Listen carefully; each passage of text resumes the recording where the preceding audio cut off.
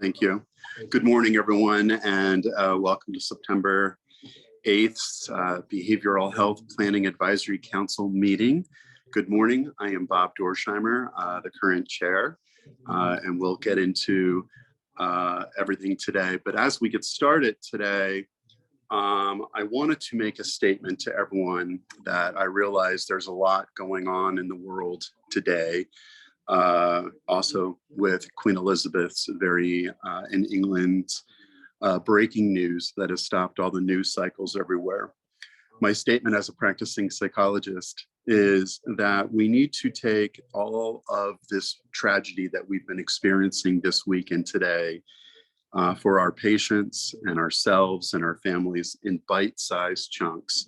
So it's important that we don't get glued to the attention and to the devastation and to the trauma that many people will be experiencing, because it's very triggering.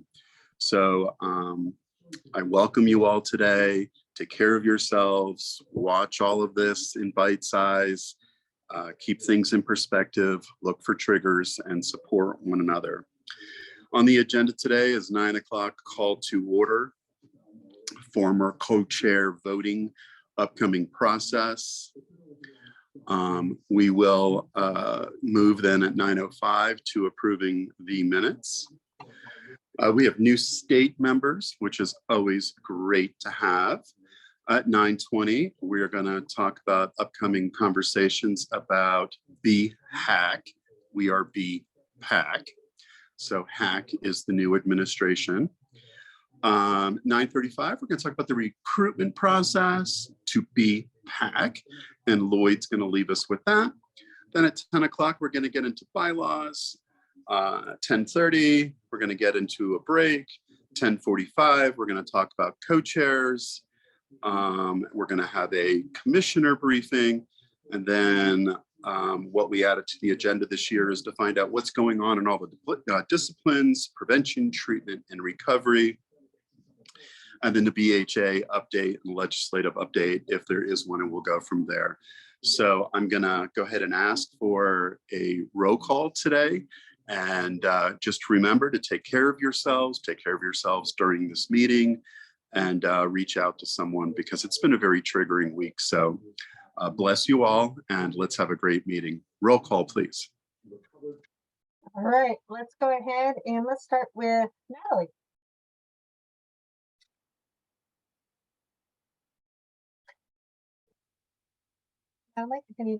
Are you able to mute? Yes. Hi, Allie.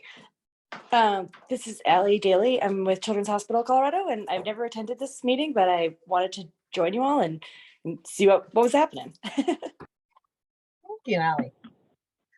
And let's go with Yumiko.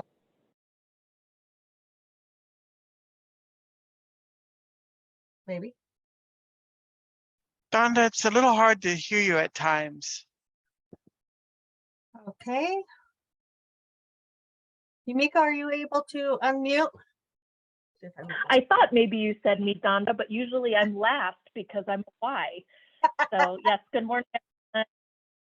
Yumiko Doherty with the BHA. Thank you. And let's go with James Gannon. Morning all, James Gannon, person in active and sustained recovery, the director of programs with Advocates for Recovery Colorado, and I sit on the recovery committee. Lorraine Gilroy. Yes, I'm Lorraine Gilroy. I'm with the Clubhouse Colorado Coalition, and I'm also a member of the clubhouse in Greeley, which is called Frontier House. Great. Thank you. And let's go ahead. I have somebody who's listed as Leon's.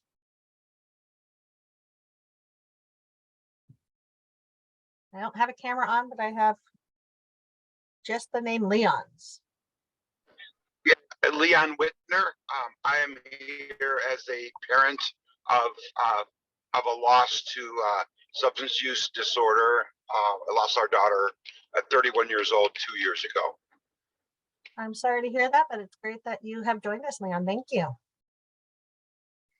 And let's go ahead and go with Margie. Hi, everyone. I'm Margie Grimsley with the Colorado Federation of Families for Children's Mental Health. And I guess I also bring to this consumer perspective as well as a family member perspective. Oh, you're remuted, Margie. Oops, sorry. And then when we had those breakout meetings, it was on the prevention committee. Thank you. Lorraine Hall. Everybody, I'm Lorraine, and I'm on the board with LifeRing Secular Recovery organization, peer-led for everyone, regardless of religion. And also, I'm finishing up a contract role with Stride Community Health Center. That's why I wasn't able to attend the last couple of times. Well, thank you, Lorraine. Stephanie Johnson. Morning, everyone. I'm Stephanie, the Director of Community Relations and Public Policy with the Well Power in Denver. Thank you. And let's go with Lloyd Moore. Good morning, everyone. My name is Lloyd Moore. I'm a person with long-term recovery. I am your membership chair, and I'm also on the Recovery and Steering Committee. Thank you. Thank you, Lloyd. Debbie Olden, how do you say your last name, Debbie? Sorry, it's Oldenettle. Thank you. Sorry about that. I didn't want to mess it up. Don't worry about it. Can you tell us where you're from and how you got involved in this? Sure. So my name is Debbie Oldenettle. I'm with the Division of Criminal Justice. I'm the Deputy Director there within the Colorado Department of Public Safety, and I am the representative for the department. So I am excited to be here. Thank you, Debbie, and welcome. Let's go ahead and add Phyllis Reed to that. I know Phyllis is online or on phone. Good morning, everyone. My name is Phyllis Reed. I'm the Director of Health Education Services Office at the Colorado Department of Education. Thank you. Hey, Smith.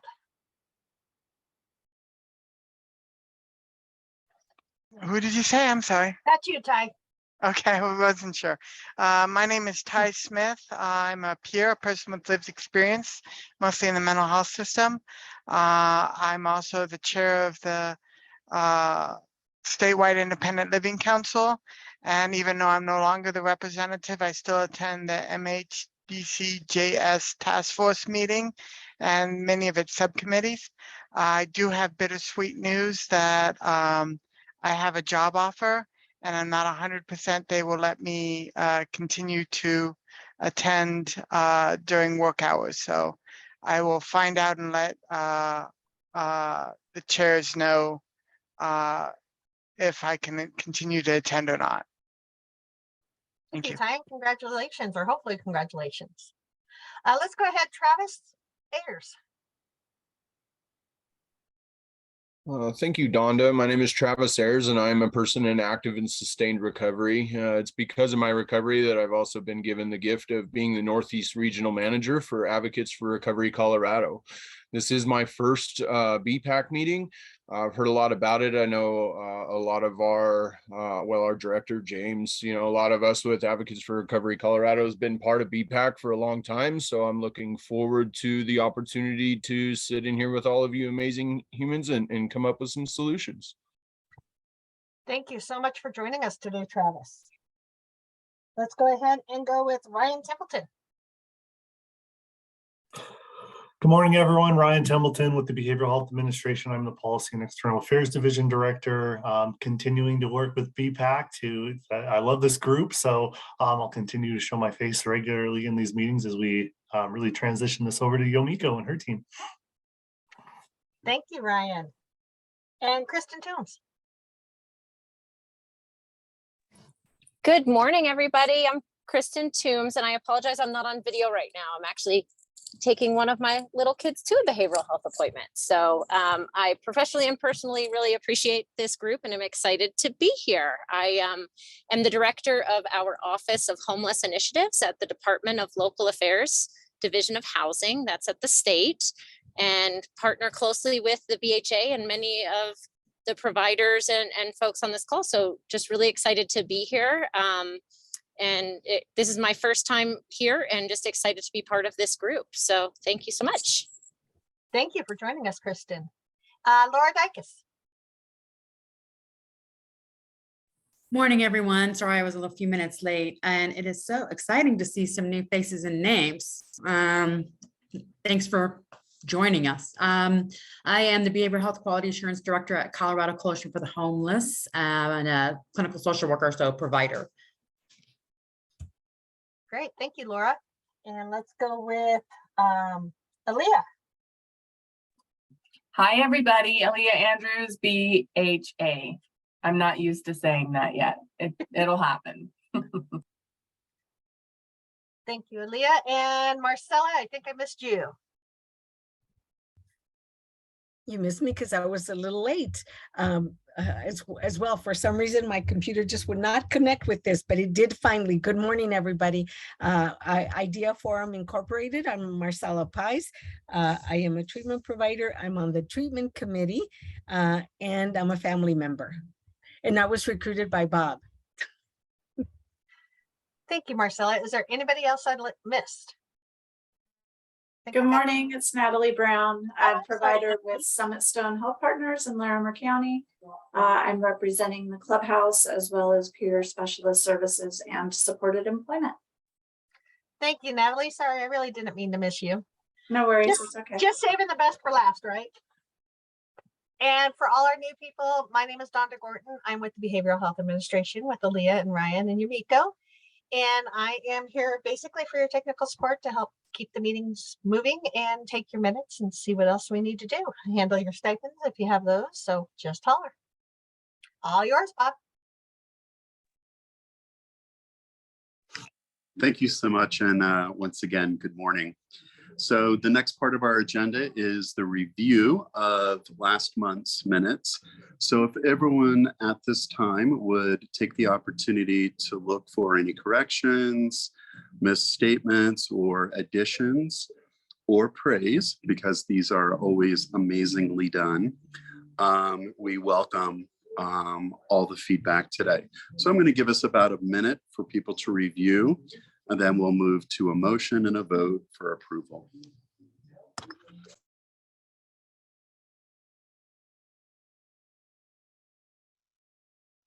For the new members, if you would like last week's minutes or last month's minutes, please feel free to email me and I can send them out to you. And with that, email me also if you want to be on the next meeting agenda or meeting announcements and all of that. That way I can make sure you're in there.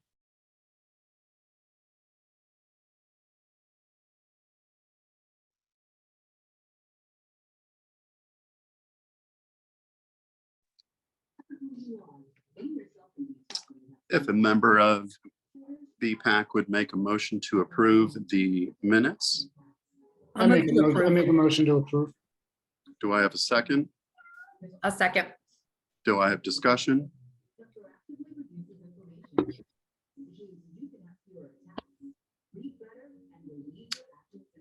Please use your hands for the motion to vote. Either your visual or virtual hands, however you want to do that.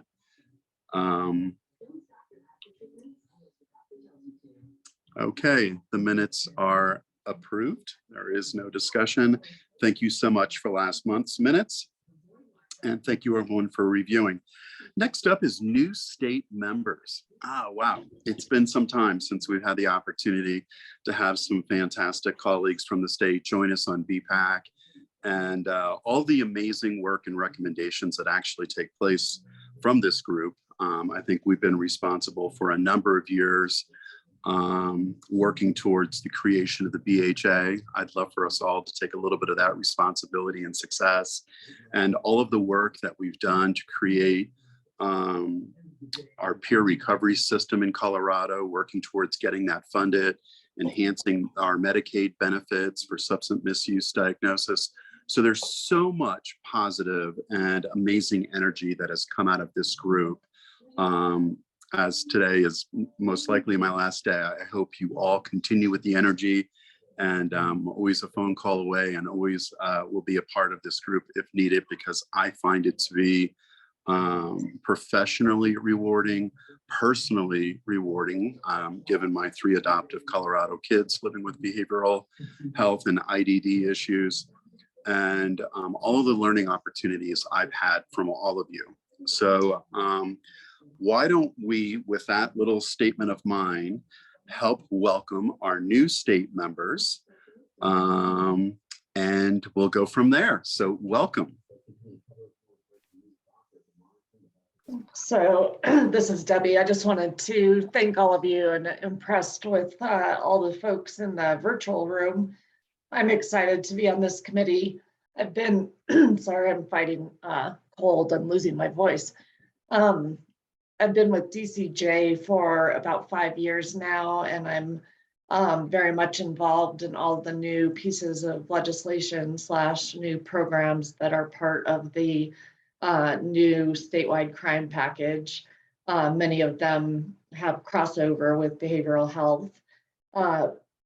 Before working for DCJ, I was working in the health and human services field, first in child welfare, and then I was over the Department of Health and Human Services in Broomfield. I have an extreme passion for the crossover between people involved in health and human services, as well as the criminal justice system, and how we can better integrate those systems. So I'm excited to be part of this group. And then just on a personal note, I have 3 kids, 2 of whom are high functioning autistic. And at a very early age, my son had one of his, for those of you who are familiar with autism, kind of autistic meltdowns when he was 9. And by the time I got to the school, he was face down in handcuffs, wetting himself. So I have, sorry to share that, but I have a lot of kind of experience in working through system issues and behavioral health issues with our kids. So excited to be here and contribute in any way I can. And Debbie, we really appreciate you taking the opportunity to feel safe with us. This is something Bhpac has been, we're really proud of. We share a lot of our personal stories to enhance and make our departments better. So having a director and someone with direct experience to some of the tragic episodes that happen in our behavioral health and criminal justice system. These are the stories that need to be told within Bhpac, and we need to be safe if we're going to be able to fix these problems and air these problems. So we're tough on issues, we're not tough on each other. So we should always remember that not everything is perfect, not every system is perfect. So we need to be tough on issues and not tough on the people that represent these departments. So please, let's continue to meet our state partners. Who's next that would like to take the lead? I'll go next. My name's Phyllis Reed, and as I said earlier, I'm the Director of Health Education Services at the Colorado Department of Education. And I have been with the department for the past 10 years. And prior to that, I was a 30-year educator in Texas. So I'm a recovering Texan. And now in our Health Education Services office, we have many grants that support throughout the state our schools in the mental and behavioral health areas and health education work. And one of our largest right now that is very active is the school health professional grant. And that allows grantees to put more behavioral health specialists into the school buildings, which we all know is very much needed. Welcome, and thank you for joining us. Who else would like to go from our new state representatives group of colleagues? I can go. Oh, sorry. Go ahead, Kristen. Thanks. I just want to say I'm going to go next because I might have to be quiet in an appointment soon. So again, I'm Kristen Toombs, really excited to be here. Sorry again to not be on video. So I have been overseeing the state's Office of Homeless Initiatives at the Division of Housing for 7 years now. I've been in the homelessness space for 20, started out as a street outreach worker in New York City, and just have a lot of passion for this work. And obviously there's an intersection around behavioral health and homelessness, as is with many other systems. And so I feel honored that in this role, part of my responsibility is to help break down those silos and build those connections so that we can have more effective and person-centered and effective and person-centered responses for people who are in a housing crisis. And so just really appreciate being here, passionate about this work, and appreciate all of you who are here too, and look forward to learning together and working together. We do have a lot of new funds coming our way or are with us that we want to make sure that we are keeping in mind as much a holistic and coordinated approach with those funds as they roll out, so they truly can be transformational and have an impact in Colorado. So excited to be here and again, use that to help inform that work. And just want to give a shout out to colleagues at BHA for looping us in. I think that partnership has been really important, and look forward to being here with everyone. Thanks. And welcome, Kristen, and your work and your department is amazing, since I have professional experience with that. And by the way, I started a internship over 25 years ago as a street outreach worker in Hell's Kitchen. Oh, we're going to have to talk. I didn't know that. Oh, I bet. Yes, we'll have to. I did some outreach in Hell's Kitchen myself. I am too. Oh my gosh. Okay, we're going to have to talk. Sounds like we need some coffee. Yes, I'm from Northeast Philly. So I started my career out east and brought it with me. So welcome. Kristen's amazing. Debbie runs a great department, as I'm a contractor there, as many others are. So we've got some great colleagues from the state joining us today. Who's next that would like to introduce themselves? I think I may be the only other new state rep. Hi, everybody. Yumiko Doherty with the BHA. I met many of you last month, but Ryan and I are in the middle of kind of more formally transitioning between us. So we're kind of tag teaming for now, but I look forward to working with you much more closely as kind of the BHA rep on this group. I also wanted to mention we have a couple others who I don't believe are here today. So Leora Joseph is our new Office of Behavioral Health Director. She will also be formally on this group representing OBH. So OBH is the section, is a good chunk of the previous Office of Behavioral Health moved over to the BHA, but there are still services, the 2 mental health institutes and forensic services that remained within CDHS. And so Leora is overseeing those services. So she will be on this group. Ryan, I believe we have a HICPUP representative as well, who is going to be joining us, but I don't think is here today. Is that right? Yeah, correct. Meredith Davis is the behavioral health special projects manager at Healthcare Policy and Financing, serving as that state Medicaid agency. And just for clarification, we're having all of these new state members as state representation. There's now 7 specific state required seats to be on BPAC. We are fully staffed now with state representation. Yeah, so it's been a long time coming. So thank you, state representatives, and welcome to the show. And yeah, we're excited to have it all together, because yes, this is the time where it's the BHA making these connections with our other state departments to ensure that people have access to a comprehensive set of behavioral health services in Colorado.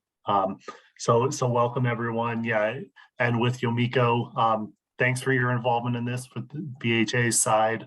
Like I said, in introductions, I'll continue to be an active participant in this meeting as well. And then one more Darby Remley is the State Vocational Rehabilitation Agency. She's been to a couple of meetings. I don't think she's here today, but is that state agency number 7 for us to hit all of those federally required seat representation. So it's fantastic. And Bob, one thing we could talk about is I don't remember if it was discussion during the last full council meeting or if it was the steering committee that also talked about CDPHE, because a lot of the prevention team that was with the Office of Behavioral Health has now moved over to CDPHE. And I know this group is very focused on really ensuring equal representation across the continuum of services. So we may want to reach out to CDPHE as well to find a representative there if the group so chooses, and Ryan and I can certainly help with that. And finally, I just want to echo what Ryan said. This is a little bit, I think it's our next agenda item around BHAC, but I think one of the main differences with BPAC is this is where we do have the state. BHAC does not have state agency representation on that group.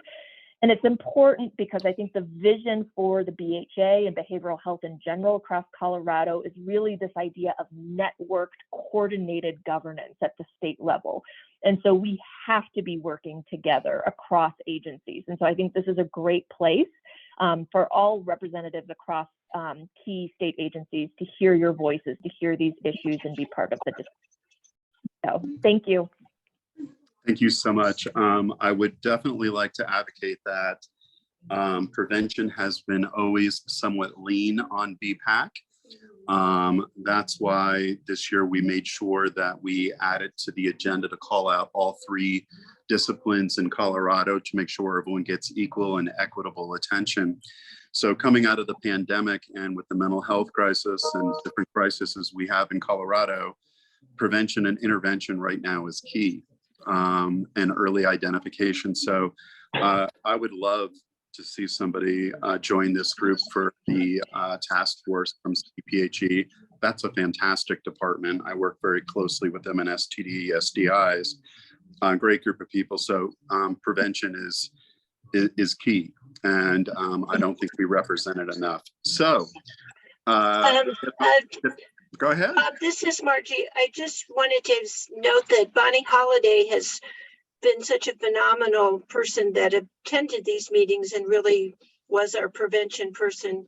Yomiko, that's the name I forgot yesterday. But so I just hope that there's some way that maybe she can continue, or at least we can take advantage of all the insights and updates and information she brought to this table. So just really want to emphasize how important she was to the group from my perspective. Is there anyone else?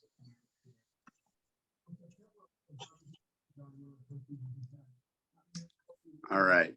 Well, welcome. We really appreciate having all the state vacancies now filled. So we're greatly appreciative. So we're at the next part where we're going to talk about BHAC and all of the upcoming conversations between BHAC and BPAC. Ryan? I can take it, Ryan, if you want me to start off. Yes, so BHAC, which Rob, I agree, I have to really enunciate that for some reason. That's the new BHA Advisory Council, which Bob is a member. That council officially launched August 18th. And it was a wonderful launch for those of you who were able to listen in. Margie, I know you were there. It's a wonderful group, diverse group of people with diverse lived experience, representing all different areas of the state. So we really, really look forward to working with them at the BHA. I just wanted to acknowledge again, we talked about this a little bit last meeting, about the ongoing relationship between those 2 councils and what that will look like. A few things about that. I think the BHAC, one of the things we realized during that launch is that group has quite a bit of work in order to just get up and running as a council. They need to elect co-chairs. They need bylaws and governance and establishing work groups. There is a lot of that kind of foundational work that will take a while, right? As many of you know from serving on committees, to get them up and running. And so I only say that because at the same time, there is a lot of work that needs to be done during this first year of the BHA launching.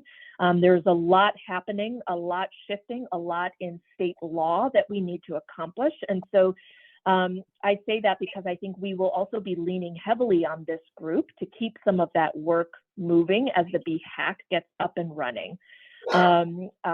We all see this group as more established. You know, you've been around for a long time, this group, and so I think we will be leaning heavily on you to kind of keep the momentum going around the actual work, right, as BHAC gets up and running. And then I think we're very fortunate to have Bob as kind of a bridge, who has lots of experience with BPAC and who now is a new member on BHAC. And I'm a bridge as well, Ryan and others, Donda.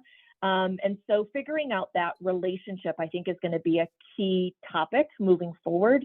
And it is not just BPAC. That new advisory council is going to have to figure out relationships with a whole host of existing councils, committees, and groups that are existing in Colorado today.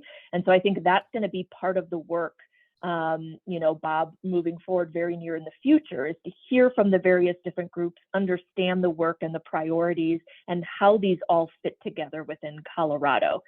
I do want to re-emphasize that this council, as you all know, is established in federal law.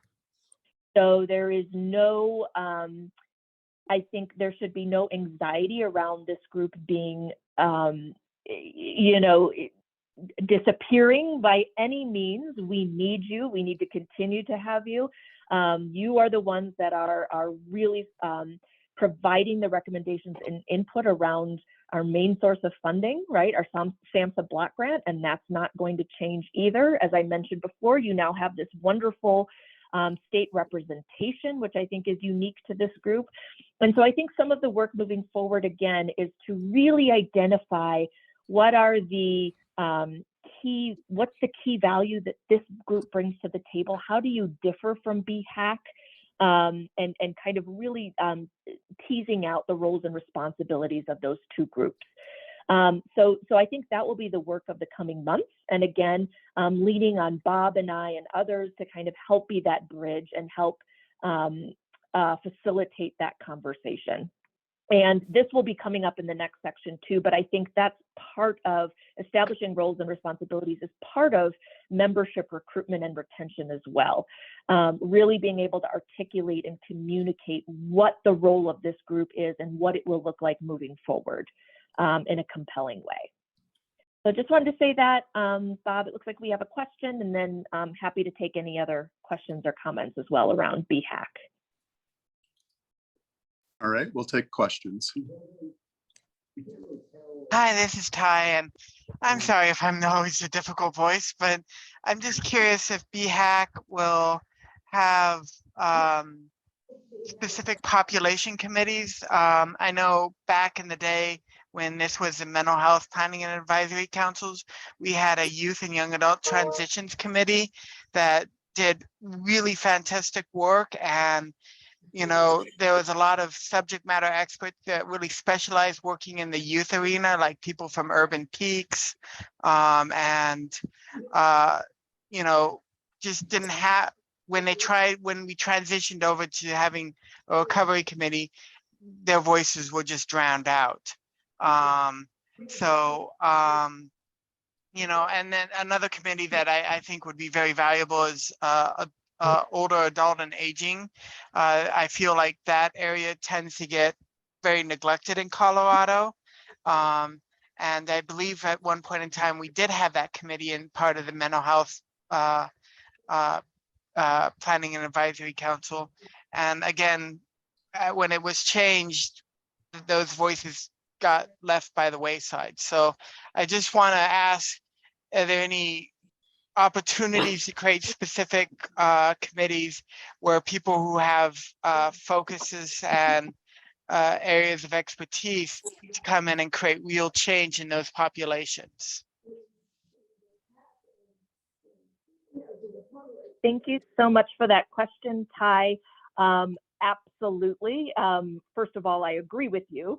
And so the BHAC has the authority to stand up work groups under them. And those work groups, by and large, are based on issue areas and areas of need as identified by the Advisory Council in coordination with the BHA. So, and I will say the youth piece is one that I think is already gearing up to make a formal request of the BHAC that there is a youth voice-led group underneath the BHAC. And so I think that's very exciting. Excuse me. So I think you will see a lot of that. Now in statute, sorry, just to take a step back for a second, in statute, we can only seat 20 members on this advisory council. I think something like 150 applied to be on that council. So we know that there is a lot of interest in for people to have their voices heard, and to be involved, actively involved in shaping the future behavioral health system in Colorado. And so I think one of the ways that we can incorporate some of those voices, first of all, is who can we recruit for BPAC, right? And make that an attractive alternative to be able to sit formally on this group, but also through really thoughtful, I think, creation of work groups. As you said, whose voice has not been heard traditionally, whose voices are not at these tables, that we want to create some more formalized spaces within BHAC. So thank you for those specific suggestions, Ty, Bob. I think these are exactly the types of recommendations we can take back to the BHAC in terms of, you know, talking about work group structure and what that might look like. So thank you for that. And yes, we hope there will be plenty of opportunities for those voices to be heard. So what I would like to say after attending the first BHAC meeting is I would like to let all of my colleagues know in BPAC, it made more sense to me now how important BPAC actually is and will be, and the power behind BPAC remains. So here's one of the most important points I wanted to bring out that was interesting to me that we lost in conversation when we all had a little bit of anxiety about the BHA being created and what's BHAC going to do and what's going to happen to BPAC. The exciting part is we have state representatives that are a part of this group that can hear directly from our community of prevention, intervention, treatment, and recovery. And out of all those disciplines, having all these new 7 seated state representatives is absolutely important. And that's always what BPAC has been about. With BHAC, what I've learned is it is very, very consumer based, and people that have lived experience either through success in Colorado's behavioral health system or not. And the group has a lot to share. They have a lot that they want to bond and kind of get off their chest and discuss why they've made application, including myself. And we do have the ability to set up subcommittees based on recommendations and needs that we see throughout Colorado. And this is the importance of BPAC. So knowing that we had some anxiety, what I can say is, as chair, that completely left for me once I attended the first meeting. And certainly with all the recent appointments and the re-energized momentum from the state for BPAC, I think on the behalf of all of us, we're grateful to the state for reinvesting into this group because we've done phenomenal work for a number of years. So is there anything else anyone would like to add to this conversation before I move us forward? Bob, this is Margie. I just want to thank Ty for bringing up about our Family Voice and Choice Committee and back when we were the Mental Health Behavior Planning Council. And that we did try to revise that several years ago within this group. I would love to reconsider that and think that might be something that we would want to reconsider is having that group and that committee as we're trying to engage new people and bring in family members. I think that having them have a place to be, because I know for myself, it's always kind of hard to know where you fit. Our word is resilience, and I think it's equally important to make sure we cover resilience as well as recovery in our conversations within this group. And maybe reconsidering having a family voice and choice committee could be something we could have on an agenda at some point. Absolutely. Are there any other further questions or statements? Yeah, Bob, this is James. I just wanted to resonate with Ty and what Margie also just, that I'm assuming it is, I don't know enough who's on that committee, but you know, I've heard clinical and treatment a lot. So I just want to be the person that throws out there that recovery and RCOs and the recovery support services, you know, just need to be involved in all of that as well. So I just had to say something. So I know it probably already is, and I know Aaliyah is involved, but I wanted to be a voice and just say recovery. So thank you, Ty and Margie, for starting that conversation because it's important. My experience, just so I can share, and I would only attended one meeting, I would say just about over 90% everyone that's seated is in some form of recovery, either through mental health, substance misuse, has a family member. So it's really exciting to see how the state went about selecting. There's youth people, LGBTQ, there is recovery community, people from prevention, people from all over the state. So they must have really done their work, because the very first meeting, and it's videotaped, you can watch it. There will be bios on the website for everybody, so you can read about their bios and their story if that's what they choose to do. But that opportunity is going to be happening as well. But I think it's a really exciting time for BHAC and BPAC, and I'm really energized coming out of the pandemic and everything we've been through for the past 2 years. But what I can say to the recovery community is it's heavy, and that's exciting, because you can't get to recovery if we have a system that's not being responsive.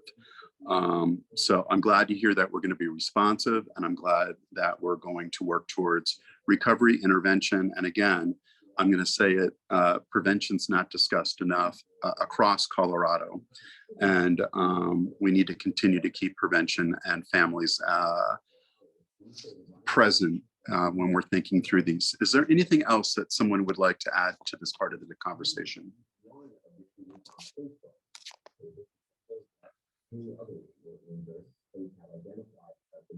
Okay, I'm hearing nothing. So at this point, thank you. I'm going to close that part of our agenda.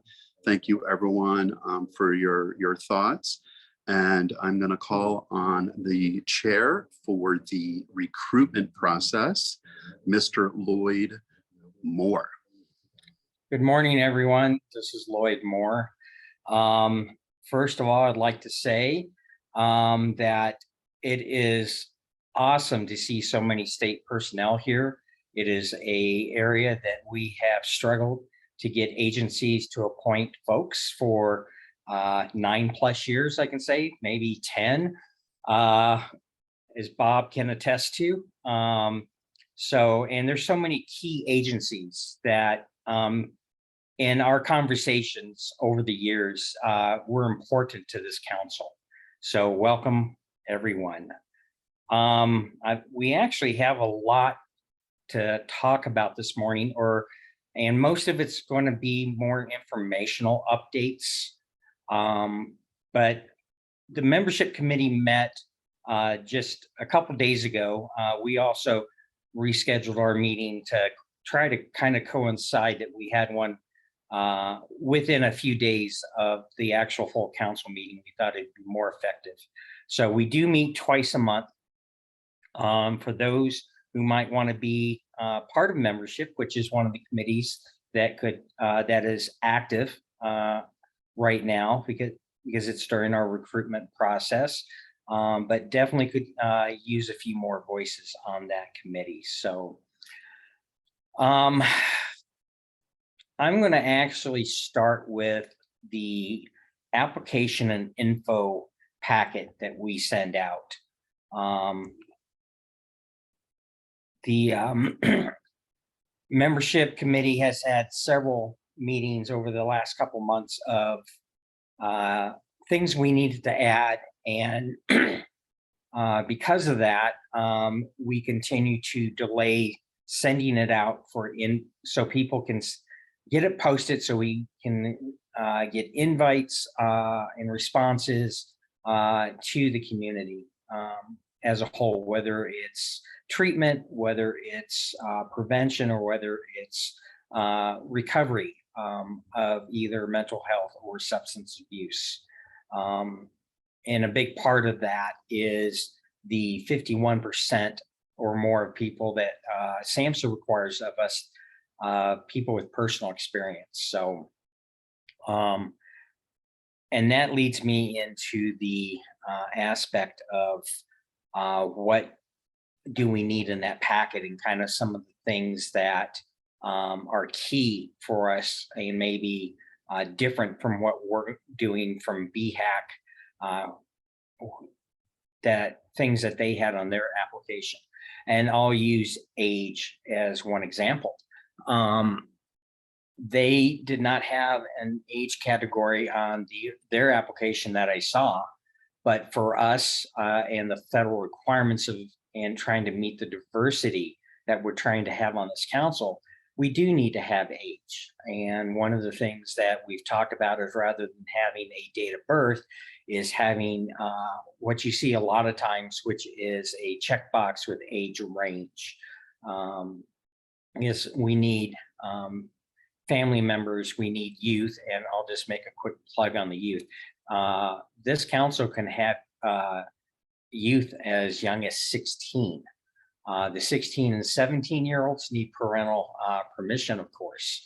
And one of the struggles with young people with this council too is, if we get somebody on the council, is their ability to commit to a full 2-year term, because their lives are in such flux, you know, considering high school, considering jobs, that they going even into the job market. So it's a category that can be, in our diversity, very difficult to fill.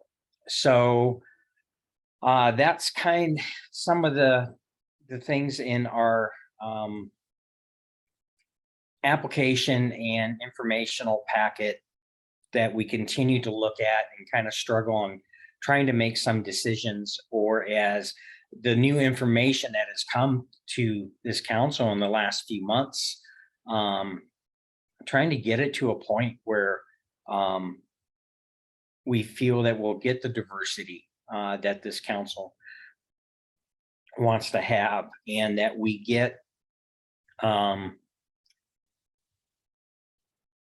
good information on the informational packet or application.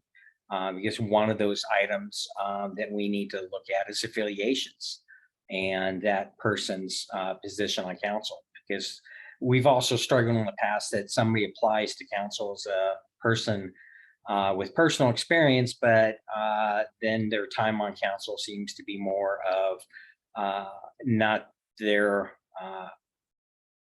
shared experience around that, but the entity that they either volunteer or work at.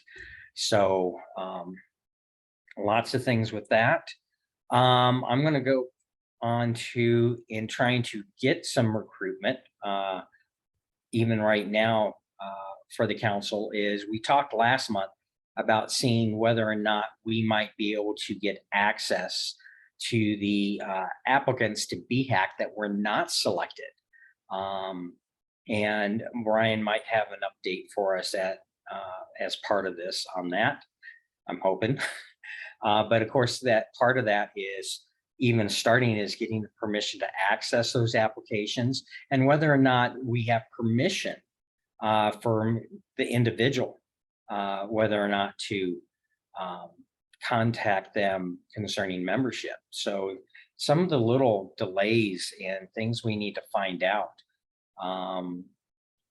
As I heard a little bit ago, and it was more toward the BHAC, is one of the things that this council has struggled with is good representation from different areas.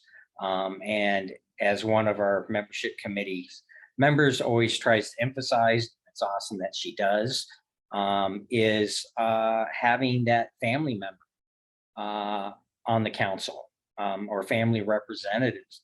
And that's always been a difficult piece of the diversity to fill. And, you know, I heard also these different other councils and committees that exist out there. And I'll use Ty with his current and prior associations as well for the youth. So that kind of leads me into the next item we've had ongoing conversations in both membership and steering committee, and we've talked about it a little bit about it in our council meetings here, is do we do something such as assign seats? That we have so many seats that are designated for family members, or a seat for a social, ethnic, economic group. And the problems that we keep running into with that is the key piece is we don't want to try to get somebody on council that represents a certain piece of diversity. And there was a person prior that his name was Richard, and that was on council, for those that might remember him, and he's Native American. And he did represent a lot of that community, but we don't want to get somebody on councils that becomes the token representative of that community and may not want to be. So some of the little things we struggled with that we're still trying to look at for recruitment for council as a whole, and different people, we also need to look at, when we look at our 51% of people with personal experience, what category do they fit in? Because some of them may be a director, and under our current bylaws, which may change, somebody that is a director or may become employed during their term on council becomes a director. Do they now fit into a different category on council? And we have a lot of new people, so let me see if I can get down to our categories. So our category 1 is that consumer, client, family member, or advocate. And then we have provider for mental health, provider for substance abuse and integrated care, and then of course our state personnel. Getting that job or that position change by our bylaws, a director is not in our first category of a person with personal experience anymore. So that's part of what we need to look at bylaws, and that membership is trying to talk and answer to. And this goes back to that affiliation too, of course. So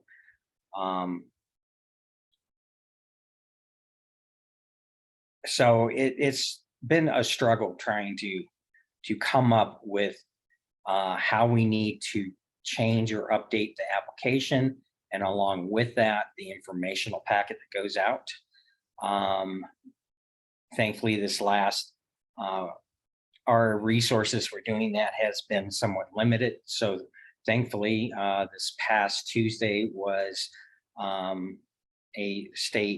one of our state representatives stepped up and offered for the state to take a crack at the informational packet, which I think is awesome, because I think that will help steer what we have on the actual application. So, and within that application, I know you mentioned the youth a little bit ago.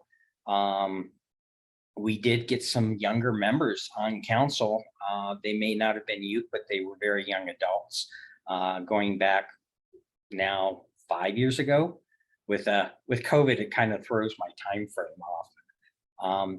But they came onto council thinking, despite the fact that I felt, and I think the membership committee felt, an explanation and the information in the informational packet was sufficient to explain what this council does and our purpose and what we do.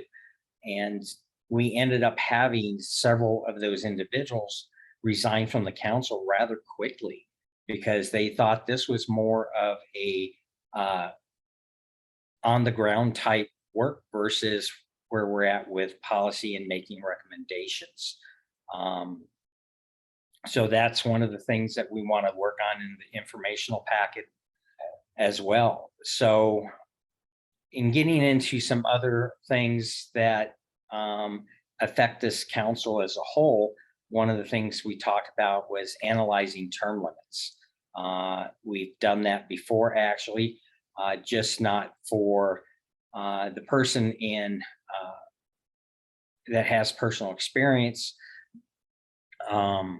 but in our other categories. And one of the things that we talked about Tuesday is right now our state personnel that are on here do not have term limits, and is that something they should have as well, or not? Because with our problems with getting agencies to put a recommendation for it, to have state personnel on this council for specific agencies, that's been such a struggle. And if we put term limits on the state personnel, is that going to make that even more difficult? Which I think we reach a consensus that it would. So we're in this process of trying to get to a point where we can, this is a different process. We talked about it a number of months ago, is what is the process to get a member on council that's not state personnel? And there was somewhat of a process during my time on council, and Bob can speak to, he spoke before actually during one of our council meetings, how it was when he was previously, a period that he was previously on council. And part of that we really haven't fully done is that membership reviews applicants, and membership makes a recommendation for the people to have on council, and then that goes to the full council. And it's been handled more that we're voting, that's the person that's on council. The reality is that actually the council is a recommendation or a green flag for this person for council, and then it goes to the director of behavioral health, and they're the ones that give the final checkbox, this person is a good person. And then even within that is there's been a lack of actual a letter or certificate designating that this person is a person of council now for this time period. So there's some other things that we've talked about of analyzing the term limits. And that also, process of the recommendations and formalizing appointments. And then we've talked before about orientation. What is, outside of what I just mentioned, what is the standardization of onboarding new personnel to council? What do we do for an orientation? We did have a couple different types that's been done during my time on council. The last one we were doing was a slideshow type thing that could also be sent out to the new members. But we've recognized it kind of goes back to the informational packet, is making sure not just how who we are and what our purpose is, but how we operate and other nuances that may come up in an orientation. And so that's something not just membership, actually, we as a council need to look as a whole. And one of the processes that we talked about in steering committee many months ago, and then as steering committee, we added that to the membership committee agenda, long-term agenda of what do we do for an orientation. And one of the things we talked about, which we thought would really be good, is that the council as a whole goes through that orientation. Because sometimes we forget little pieces that are part of our purpose and what we do. And then at council before, and actually it's membership, and then at council, it's also been mentioned. And this is going back to a bit of the recruitment process. Should we have something like an open house in the spring where we can invite people in, not to a council meeting, but to a, normally what you would, for those that have been in the professional community, just something more of an, I'm lacking the word here. Open house is one, there's another word, like I said, but it's basically inviting people in from the community, and especially those communities that we need to fill on an ongoing basis on council that we may not be reaching out to in the past. And then that's going to take me back a little bit to the process and recruitment. Is we also talked about BHAC had such a response to the number of applications they received. Is there things we can do as BPAC to get that kind of response from the community and the diversity of those applications that BHAC saw, and how do we do that? One of the key things that came up on council was the membership committee meeting was this round of BHAC had one big advantage, was the new entity, and the new council was actually in the news quite a bit. And so that's something we really probably cannot grasp onto. But actually, I just had a little idea. See, these conversations just like this come up. Do we invite somebody from the media to a council meeting to get out there at the purpose of this council? So that might be something that we can do. So I'm going to end there for the moment and see if any of the other membership committees have something to add, or anybody else that was sitting in on that meeting on Tuesday. Lloyd, one of the things I wanted to remind the group about, and maybe it's not even reminding, and thank you for all of your work on this, Lloyd. Years ago, we had a binder that was part of our orientation, and when we were brought on to the task force, we were given the binder. In the binder was the bylaw. In the binder was our mileage reimbursement if we were outside the metro area. In the binder was the current contact list, members, and emails, and phone numbers of the colleagues.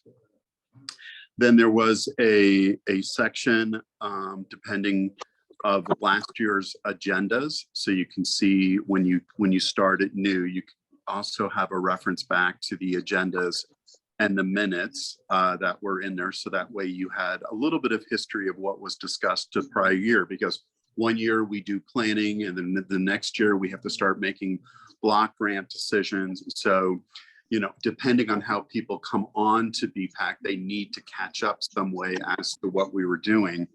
And in that binder was that information. Now, there was a small subsidy that was paid to peer assistance services. And peer assistance services used to provide us the room, provide us meals, and provide us with administrative help. I don't believe any of that exists anymore, and it certainly changed with COVID. But there is some history, just to bring back to the membership committee. And we always kind of had a standing rule as members is we all were responsible when we termed out, we were to replace ourselves and or to bring one or two more if there was an area that was lean within the task force, the commission. And that's how I reached out to Marcella. It was very important to have an agency that was bilingual, of color, in North Denver, that represented the state of Colorado, that did culturally sensitive services and recovery work. And we didn't have that at that point in time. So these are all the things that I just want to refresh our memory as Lloyd took us through this, that I found to be successful. And I just wanted to share that with you all. So are there questions of Lloyd or discussion? Margie? Actually, I think Debbie had her hand up before me. So Debbie, if you're okay with it, I'll just do real quickly that one of the things that we did do in our membership committee is we invited Charlie Smith to come and give well, that was back when Renee was here and we were trying to get everybody a little bit on the same page. That was, Natalie, I think it was a very helpful meeting for us to have with him, and he did volunteer to help in any way. And even the presentation that he did at a couple meetings back, he would start off the new year with that presentation that really did explain what our role was with the block grant. And he, I think that would be another important part of our orientation and our really explaining to people what makes this committee unique and important pieces that we do need to know. So we don't want to leave that piece out. Thanks. Thanks, Margie. Debbie? Thanks. So one thing, I don't know if folks have already discussed this, but DCJ, we have a number of, I can't even keep track anymore, of different boards, commissions, advisory groups. We're setting up, I think, 6 or 7 more for it related to the new grant programs we have. And specific to what you're talking about in terms of an ongoing group, an ongoing committee, I wonder if we could share best practices or what has worked in some areas. We have a lot of the same struggles that you mentioned, Lloyd, in terms of like youth representation, not being able to, make a commitment just because of everything they have going on in their lives. The other thing we run into is having a lot of repetitiveness of the folks that are always on committees representing different groups, and it feels like we keep going back to the same people. The ones that we're currently recruiting for in terms of the grant programs, one of the first things that we're saying in the invitation, quite honestly, is making note that this is a short-term commitment, because obviously we find if they know this is how much they're committing to, it's not a full 2 years. We're hoping that that's going to make it a little bit easier to recruit folks, but we have a lot of situations where we're in the same situation with you in terms of getting people to really be able to devote the time and energy into it. So I'm just wondering if this would be an opportunity where we could, share information on things that have worked and things that have not, to help inform each other. And then the last thing I would say is, while what we're recruiting for right now are short-term pieces, we are really trying to look at how comprehensive are our lists of folks to reach out to. And so, we've reached out to a couple of our partner agencies to say, like, when you send out, your information or have an email blast, who is on that, so we can ensure that, we're not just sending it to the handful of agencies that we're familiar with. So I know it's been helpful. I went to Department of Human Services and asked them, like, you know, do you have a list that you could share with us? And, you know, it was great. So just a few thoughts. They may be things you've already considered, but that's my 2 cents. Thank you. Let me make comments on 2 things before we go to Ty. Pre-COVID, our prior co-chairs did put together a binder, but it was limited in scope and was not as extensive as what Bob shared. One of the things we asked council before, but we had late spring, was for folks to share information on how we could reach out, who can we reach out to, you know, especially when we look at other committees and councils that exist. But looking at within those, as Debbie just mentioned, is can we get information for them to get that out? Do they have a recommendation on who to count? You know, they may have something to send out to a particular committee or council in the state, then that entity may have a recommendation of how to send things out. So that's one of the things that we've definitely talked about. And one of the last, I'm going to do 2 more pieces here before we go to Ty. Part of getting that information out of who we really are and what we really do, or better understanding for our applicants, is the retention of them, which I mentioned before. But within that, right now, we have a number of applicants that are kind of on hold because we need to have a good information packet. There is a different application than what they submitted that we need to have finalized and get back to them on. And a piece that I heard from Bob as well is that experience on council. We have tried to have a rotation of approximately 1/3 of council each year. But it's been a struggle because people have resigned or moved on, as mentioned at the start of this, or new jobs. But then COVID threw a wrench in the works. We couldn't recruit. We did not do a membership drive during the first year because we really felt with the health orders of people being at home that we could not get that outreach we needed, because we relied on our peers here on council to get that information out.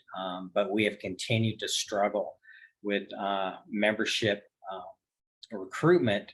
I think I'll use the word not post-COVID, but new, as I think Bob used before, our new normal. And so how do we work with that? So I actually had one more little piece in there. Of course, I forgot it, but definitely for those that can share information on recruitment and ideas, we welcome them. And I'll post in the chat the actual membership email address that you can reach out to share that information, as far as you being able to help in that process. So we'll get that out. So Ty. I want to start off by, again, apologizing for being the difficult voice in the room. I want to say that, you know, we schedule these meetings to be convenient for the people who are working to come in. We schedule these meetings, you know, for like state and, you know, but the meetings are supposed to be mostly made up of peers and people with lived experience. That's why we have that 51% of being peers and people in recovery. But we're not being very culturally competent to that group. You know, many peers, family members who have to work or go to school. I mean, if we're trying to get youth as young as 16, there's no way that they can attend if they're at school, because our meetings are once a month. So it's not like every week they can be out of thing at a certain time or not. So I just, you know, I just think about all the voices that we're missing at the table because we're not convening at a time that's, you know, convenient for people who work and people who go to school and want to participate, but have responsibilities during the day. And I know it's really easy for us to make a meeting during the daytime where a lot of us get paid or can get time off because our employer deems it relevant to our work, but not everyone has that option. So I just wanted to put that out there as a difficult voice. No, you know, I would like to interject. We've talked about that, and that's a very important point, Ty, and I always appreciate you very much. One of the things I want to bring back to focus for this part of our conversation is many of the problems we're discussing are a direct result of 2.5 years of a pandemic. Prior to the pandemic, many of us fulfilled our bylaw term limits, which meant many of us were around 6 years. That's how highly attended these meetings were. And the room used to be filled with guests and voting members. And it was a very impressive group, and people from around the state. Back then, before COVID, we would have a 800 number and a PIN number to call in on. But most importantly, I mean, I would ask Lloyd, Lloyd, I would ask if we still have a budget, because we had administrative support that helped us with the binders, as well as attendance, as well as minutes, as well as putting breakfast out. And then Ty, many of the meetings where there was those that were not able to attend, the subcommittees often met after work. I can recall many treatment meetings, and I was a member of the treatment committee as well as the prevention committee. We met after 5. We met from 5 to 6. So I just want to remind everybody that the problems we are currently having aren't history of the commission and task force. I interchange, excuse me. So as our new normal, we need to reinvent. I said hang new drapes when we started this. We need to look at equity. We need to look at diversity. We need to look at our bylaws. We need to look at the timeframes in the groups and the subcommittees that we have.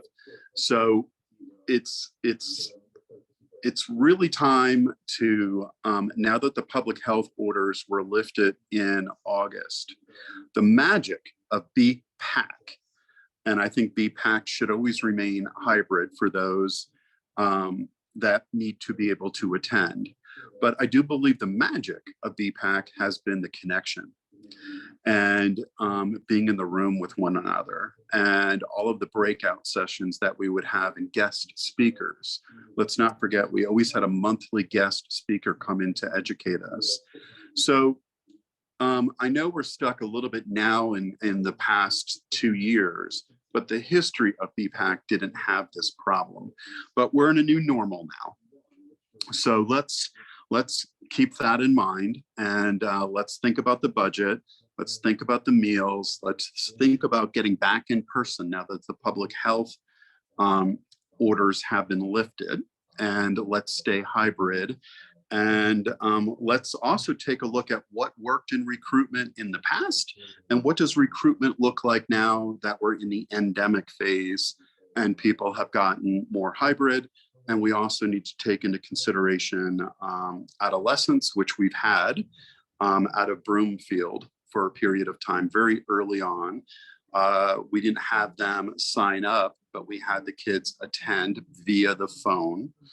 And that was out of a recovery project out of Broomfield, if I remember correctly. I'm aging. And let's review of what's next. So Lloyd, we're getting over on time. If you'd like to take this part and wrap it up and have further questions, that would be great. Lloyd, back to you. Okay, and Marcel, I saw your hand up, so give me just a quick second here. Ty, thank you. We have discussed some of those points before, but you also brought up a couple that I made notes on, so thank you for that. One of the items we discussed last month that membership has not been able to outreach to is we've talked about retention of, I touched on briefly, retention of experienced members on council. And that was part of the 1/3 rotation. And we had decided, I guess actually it had been 2 years ago, is that we as a council had decided to extend term limits. And that was a vote on council because it affected everyone. Last month, we talked about that we currently have 8 members, which is a big piece of our current council that are due to rotate off this year. And we spoke last month about volunteering those members on a individual basis, to, whether or not they were willing to extend another year. And membership has been unable to reach out time-wise. The big piece is that my time in doing that, to see how many of those people would be willing to extend a second time for another year. And that's really important too when we get to the people who have long-term experience on the council, those that have been co-chairs or current co-chairs, Bob.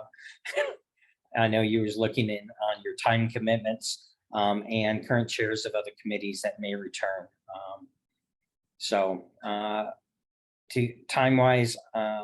But the vote, Lloyd, you raise a very important, and I put this back to my colleagues.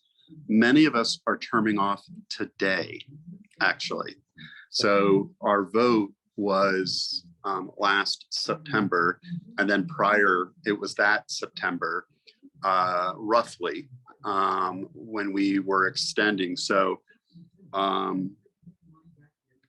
technically, it's September 30th, but it is this month. Right. So Lloyd, do we need to now, is it the recommendations of our recruitment committee to ask if those of us that want to stay through your transition, are we going to do a vote on that today? What is the recommendation of this committee as to a good chunk of us are to rotate off September 30th? And I worry about brain drain for Bhpac. So in the interest of time, I think we need to have this conversation. So Lloyd, back to you on what you would like to recommend for next steps so I can support you. Okay, recommendation, I kind of thought there was a consensus last month, not an official vote, to reach out to those individuals. If anybody feels that we need to vote today, definitely would support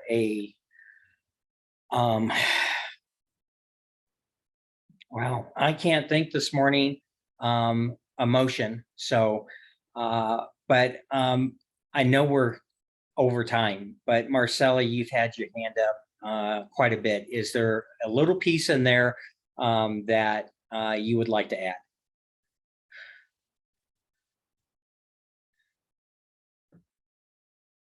You're on mute.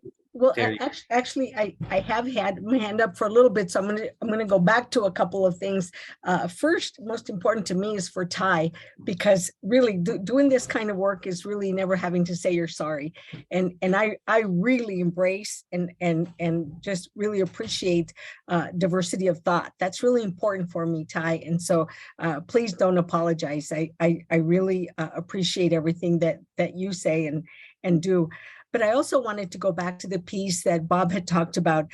When I know I say it jokingly often, right? Because even recently I thought, well, I wonder where Bob and I are going now, because I would work with him anywhere. He, I'm just always so impressed with his work and his ability to carry on so much. But I do want to say that one of the things that worked in terms of recruitment, when I jokingly talk about that Bob recruited me, is that was that initial contact. And I don't know how anyone else has recruited, but Bob really made me feel in his explanation, in his recruitment piece, that I would really add value. And he helped me understand the value of the group to the work that I do. So he really presented the idea of a win-win situation for me taking time to join the group, and then that I, as an individual and the work that I do, would add value to the group. And like I said, I don't know if we've trained individuals on how to recruit, but his piece to bring me on board was just wonderful. And in addition, I don't know how many of you remember when I first went to my very first group, he introduced me, right? And again, talked about the value that he was certain I would bring to the group. I agree that the last couple of years have been difficult, but also, I mean, I look around on my screen right now, and I'm just so impressed that all of us are alive and we're doing well, and we just need to continue.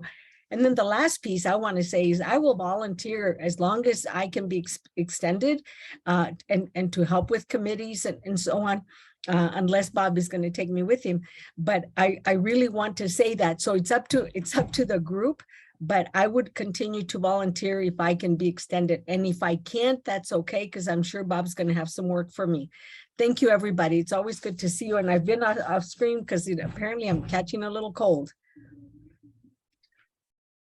Thanks, Marcella. A lot of great points that we've talked about before. Bring a person to council, especially somebody who can contribute, or as we like to say in another entity I'm part of, is somebody to groom to be a service. So I know we're short on time. Bob, do you want to ask for a motion?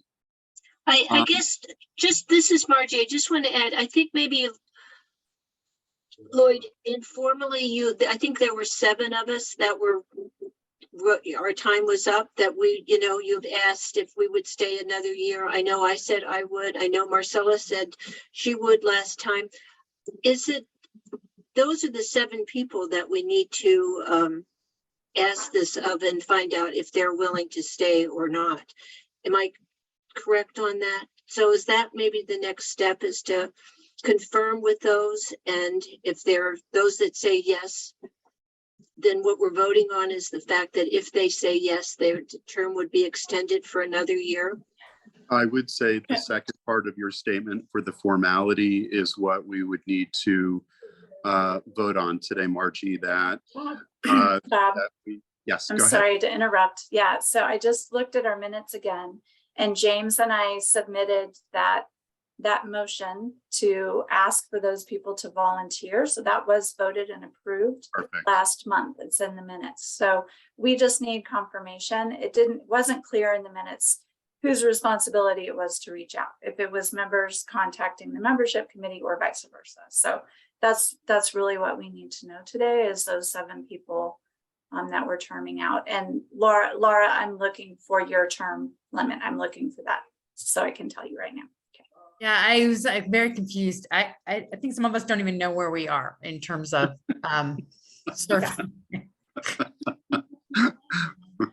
when do we expire? Who knows?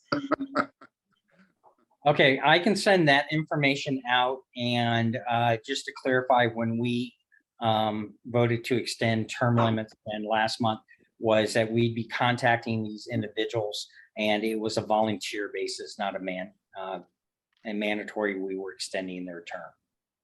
So membership will reach out to any of those that don't speak up today. I'm going to extend, and you could put that in chat in light of our time being over.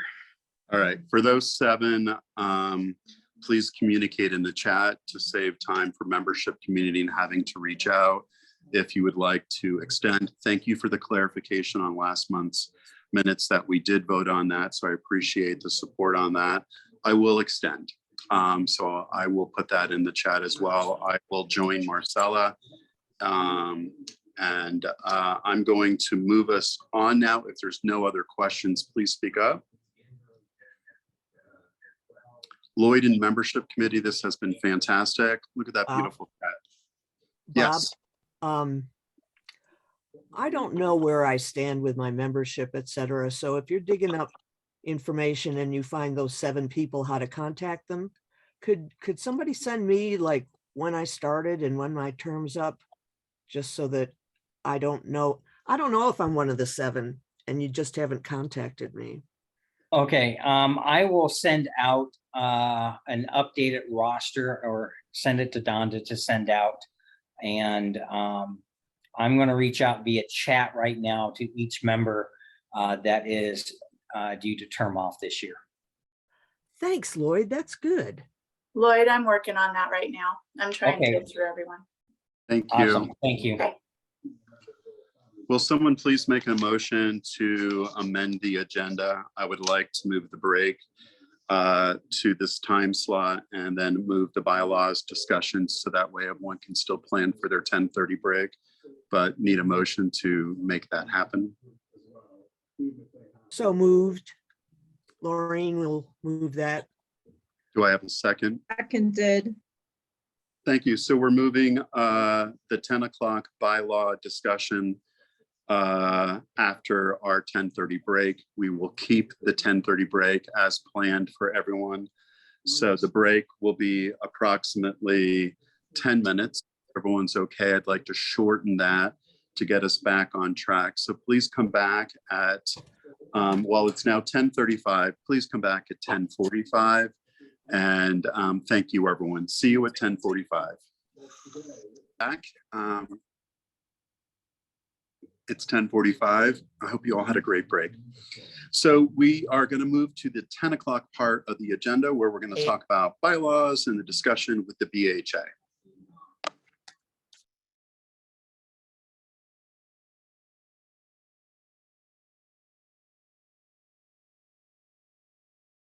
Bob, I'll take that. And this will actually be fairly quick. During the last steering committee meeting, the BHA staff, myself included, offered to take a stab at revising some of the bylaws. We had already gone in and made a few notes and added questions of areas that seemed more obvious that needed to be updated. And certainly learned a lot from Lloyd and the membership committee of things that need to be reflected in the bylaws as well. So if it's okay with everyone, as I know it's time intensive to go through bylaws and make edits, the BHA is happy to suggest some edits or recommend some things and then bring it back to the group to take a look and react to.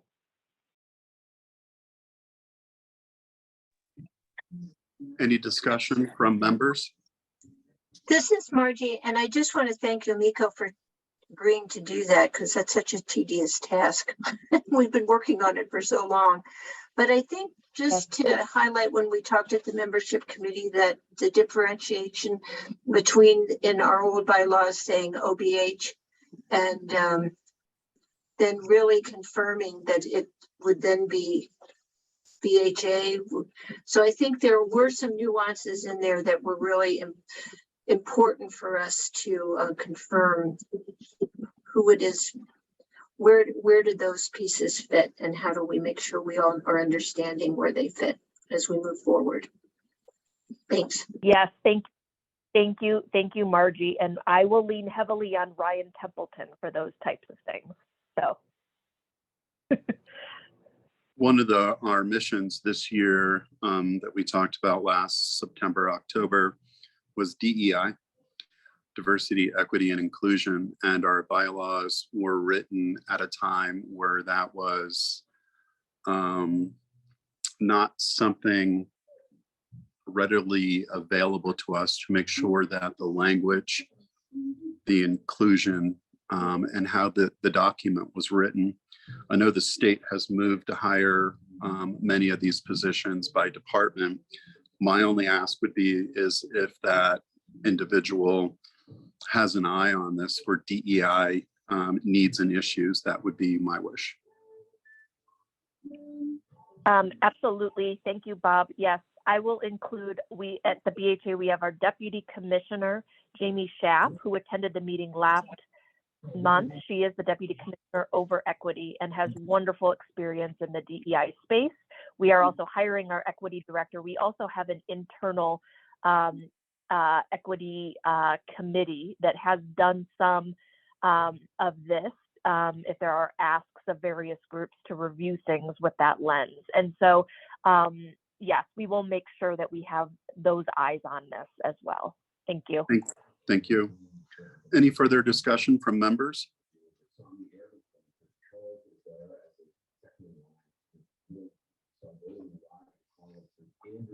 Okay, I'm not hearing any further discussions. I'm going to close this part of the agenda, and we're going to move on to the 10:45. Moving forward, co-chair discussion, September vote, strategic planning in October, and a commissioner briefing. So 10:45, moving forward.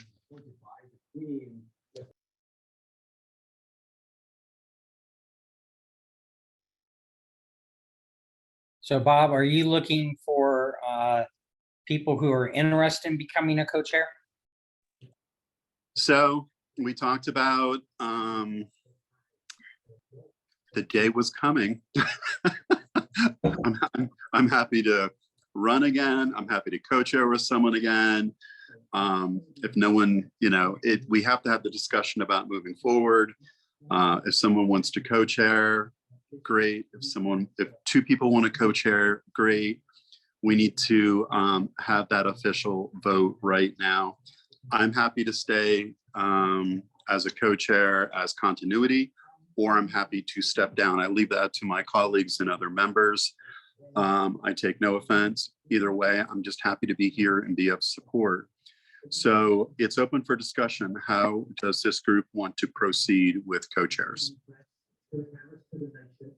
This is Margie. And I should know this and I don't, but when there were co-chairs, was there a time when, I know when those co-chairs kind of had roles, so that I didn't know if it was like, the family and the provider, or is that written any place? If it's not, is that something that should be considered in that co-chair position? I know in our system of care world, originally, that was really one of the things that was always so important, is that you had a professional and a family representative as your co-leadership. And it might be something, if it's something that was done informally, if we go with the co-chairs, should that be something to consider? Margie, so here's some history, and thank you for bringing that up. We had an executive committee for a number of years.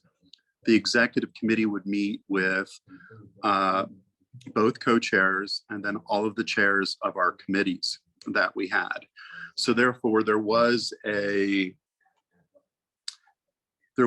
formal process of executive committee getting together and setting the agenda, hearing what all of the needs and concerns are coming out of committee as we built that agenda. And as you know, we haven't had committee meetings for 2 years. So therefore, or executive committee, we've had a steering committee with the state, but a majority of our work, because of the pandemic, has been not the typical way we have done Bhpac business. But there is an executive committee of both co-chairs, and then the chairs of the subcommittees join that, and that's how the agenda presentations are made, And then it would go to the state, and the state would put out the agenda, and the state was also included in the executive committee. But that's the structure. And now that the public health orders have been lifted, I think it's time to make that vote on the co-chairs and bring back the committee work and bring back the executive committee. So I hope I answered your question a little bit about what the structure used to look like up until 2 years ago. And let me just answer one little piece for Margie. It is not in the bylaws that our council co-chairs are one professional and one person with personal experience. But I think whether it's just been voluntarily or just happened, is that we do have a history of that occurring. It just seems like in this part of the discussion, that might be something that would be something we want to consider. We would put that in the bylaws and make that recommendation that we would like that to be considered for the way we want to set up executive committee. So as the bylaws roll out, I think that's something that we want to make sure that that would be included if other task members feel that that's necessary. Sometimes in other volunteer organizations that I've worked with, the co-chair is sort of in a grooming position to become the chair the next time, but that assumes a different sort of level. Like the more senior person would sort of be in charge most of the time, while a person who's kind of learning the role is the other person. So I don't know if that's an option to consider, that type of model, because that's the way Jacob and I, yeah, I agree. Continuity. Exactly. Jacob and I had that set up until he resigned with his promotion. I guess this is Margie. I think since we are a blended council for both mental health and substance use, we might think in terms of those roles as well. Just a thought. Further discussion? I'd love to throw a further wrench in the works. Because of just how complicated life has been over the past couple of years, and then we add in kind of the changes with the BHA and the other advisory council. And as I'm having sat on this council for a while, I actually think sustainability right now might be the most important thing, and that may change in a couple of years. But having experience kind of roll through the chair positions, I actually think for right now, this year, next year, is possibly the most important thing. Someone who brings that knowledge and that information just to carry through for the next couple of years to get us to some post-pandemic, post-BHA world where everything's kind of working together more seamlessly. Just my 2 cents. I agree. Thank you, Laura. I'd like to comment on something. Go ahead, Lorraine. I agree with what Margie said about the importance of participation and the diversity and inclusion.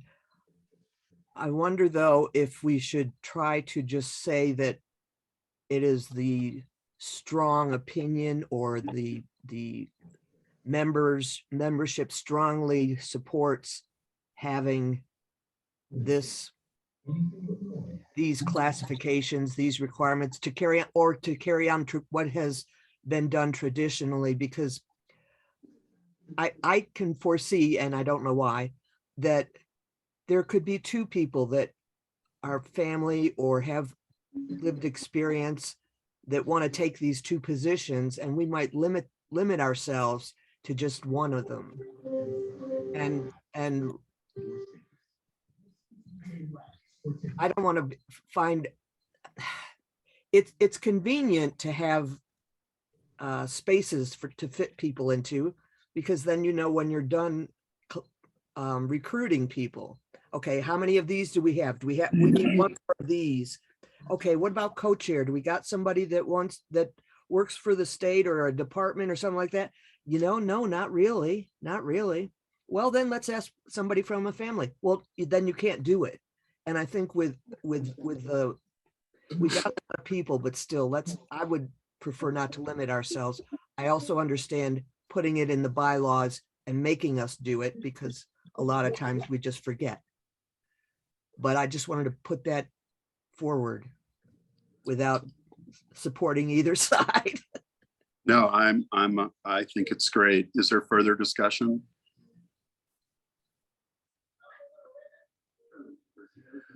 So I would like if, because I think what has been brought up is important to what we have been discussing for a year when it comes to DEI.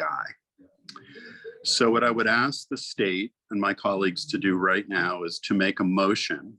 And the motion should be that we're going to ask the state when reviewing the bylaws to make sure that we are not being discriminatory ourselves with our request and our desires to make sure things are equitable. I would ask that someone make a motion that the state take a look at the way we structure our chairs and co-chairs to make sure that there is equal representation when we are making our decisions and that these seats are filled with the 51% of intent. And so there can't be 2 people in recovery, 2 people in treatment, that we want to make sure that it's a fair and equitable process. I don't think we have the time to do that work today or expertise, but I do think a motion should be made back to the state that does have the qualified people to look at DEI issues when it comes to what we're asking for. And I actually believe in this 100%, and that's why I brought it up a year ago. So if someone would make a motion that the state take this under advisement and bring us back advice on how to do this, that would be great.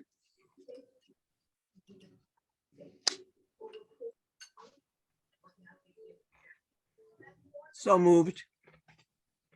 Okay, so let me clean it up. We are asking the state of Colorado's DEI experts to review how we select chairs of committees and co-chairs to make sure that it is representative of what Bhpac stands for and is intended to do when it comes to the block grant funding.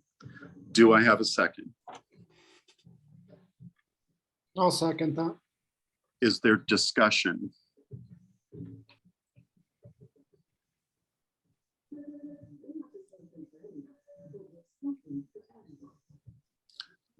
Let's take it to vote by electronic hands in the boxes.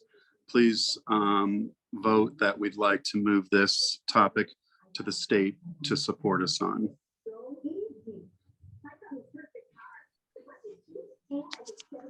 Oh, I like the thumbs up. I don't know how to do it. Go ahead, you can wave. Okay, yeah, I agree. Okay. Oh, no, that's. There's a bunch of little buttons when you go in there in your chat. There's thumbs and hands and. Yeah. All right, motion passes and closes. Out of respect to the state, was this an okay request on behalf of council?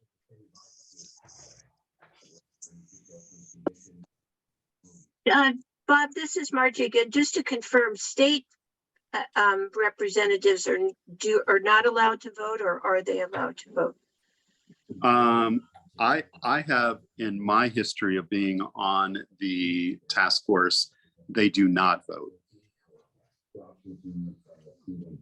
They're state employees and this is public money and they often have control over these monies.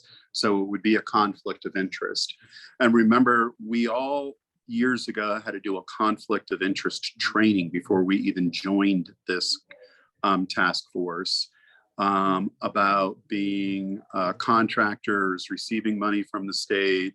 So there's a lot of rules. We don't even take that test anymore, but this is all what we're talking about again. But no, state employees have not voted on how to conduct block grant funding. It's been something straight out of this task force. And remember, we only make recommendations. Hey, Bob, it's something we probably want to review here in the near future. My recollection is for block grant funding, they don't vote, but for normal council business, they do, as they're part of our roster. Correct. There is a clarification. Thank you, Lloyd. And for the state to review our DEI request on co-chairs and chairs, was that request received and okay?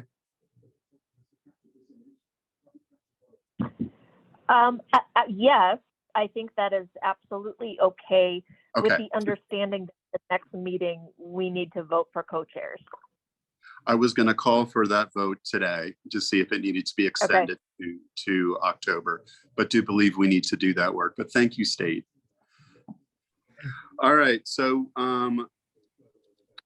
who would like to, how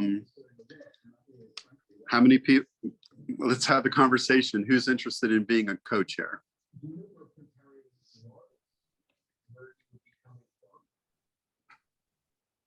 If you'd like to do a nomination process, go ahead and throw it in the chat. You can start nominating names and see if they'll accept, but we do need to have this conversation today.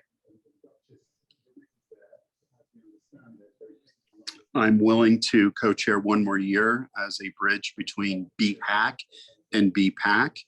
And I'm willing to keep doing the work because I believe in BPAC heavily, and I want to make sure BPAC is healthy.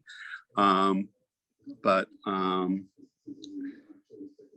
I'm willing to be nominated and stay. I would need a co-chair, or we need 2 new co-chairs. So what's up, colleagues? Throw it in your chat box or let's have a conversation.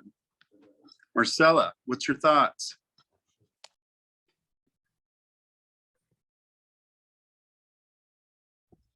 You tell me, boss. I would be very excited to work with you as a co-chair. I think that the next year, well, like everybody else has said, let's do what we can. And I realize that I'm on extension as well. And so I'd be happy to spend the time working as a co-chair. So yeah, I'd be willing to do that. But I'm impressed with so many people on this council that I would hope that other people might be interested as well. But I'm actually self-nominating, or whatever you want to call it. Let me know. I have a comment, and it says nothing, Marcella, Bob, this has nothing to do with either of you, and it's wonderful for people to step forward. I just do have a concern, and I only have 1 year left as well. I have concerns about sustainability if we have 2 co-chairs who only have 1 year left. And that we need, and that takes me out of the running, I'm happy to say. But we can't force anyone to do it because it is quite a bit of work. And so I super appreciate everyone that's done that. But is there anyone that can step forward that has more than 1 year left that can be a co-chair for 2 to 3 years? Would be so phenomenal. And it's a lot to ask. I know it's a lot to ask. I think it's brilliant. Excellent point. Excellent point. Yeah. On that same note, we have a lot of first timers here today that may want to be involved, but we haven't gotten them on the membership committee yet, or gotten them to be members yet. So maybe we postpone a week or a month and do the vote next week so that we can possibly get these people on as members, in case Travis or Kristen, or sorry, Kristen's one of ours, Melissa or Megan want to join us and want to become co-chairs. That's another good point. And the other good point is maybe we can start training during bringing back subcommittees and talking about that next month, and slowly maybe segueing mid-year, Marcella and I, as we get all of our new members seated in subcommittees, since we haven't trained to how to run subcommittees. So it's executive committee, co-chairs, and subcommittees that we all need to train to bring back. So I would say to the elders, that's our responsibility to do, and then slowly start stepping back in cross training. So so I agree. So there's a few ways forward. Discussion? This is Margie. I just, in the discussion about, I think having Bob as the chair now and then working on developing who to co-chair might be a way to go. But also, if next month is committee discussion, I think it would be, I would appreciate it if we look back at some of our committees that no longer exist. There was the legislative committee that I know I was part of. I'm always going to fight for a family voice and choice committee, the data committee. I mean, there might be, I know there was in times past, there were reasons why those were eliminated, but I think it's also looking forward, are there other committees that would be valuable? The workforce committee. I mean, it's just a new opportunity with new, Our with new a new norm. lens. Margie, I agree. I'm going to go ahead and move us along so we can start setting October's agenda. If someone would make a motion for Marcella and I to shepherd Bhpac forward, Marcella and I would be responsible for helping get the committees back. We'll do an election to start training all of the new individuals on committees. And Margie, let's have a conversation about which committees we bring back and really take a look at what's needed right now in Colorado, as well as the standards of the block grant. So I think we definitely need to make sure that that happens. But is there any other discussion that we would like to have? Bob, I think James had his hand up. James. James was nominated as well. Yay, James.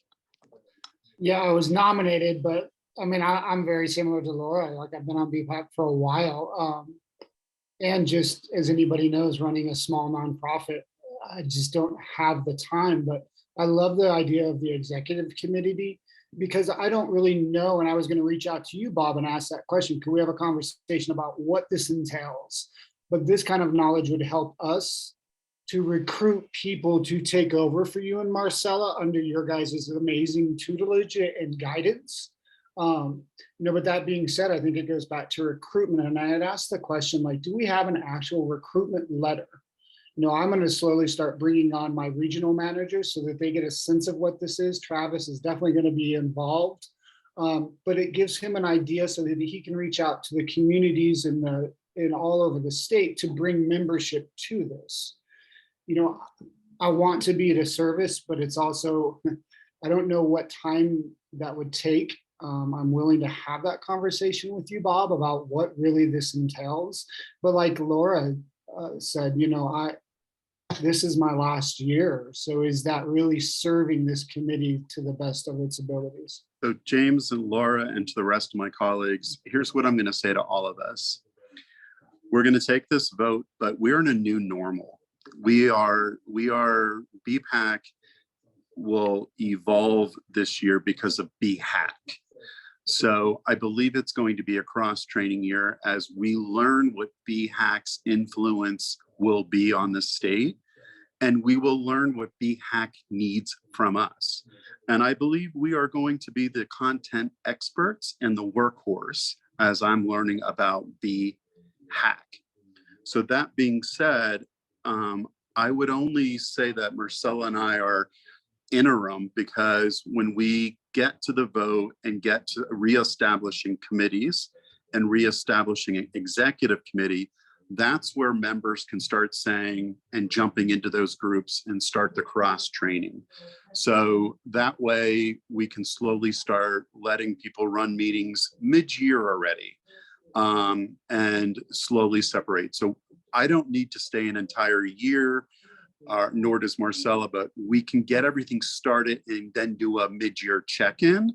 And during that whole mid-year check-in, we have committees up and running. I'm going to ask us to vote to go to hybrid and that we find a hybrid space because I believe the magic is being together and being in those subcommittees, and public health orders have been lifted.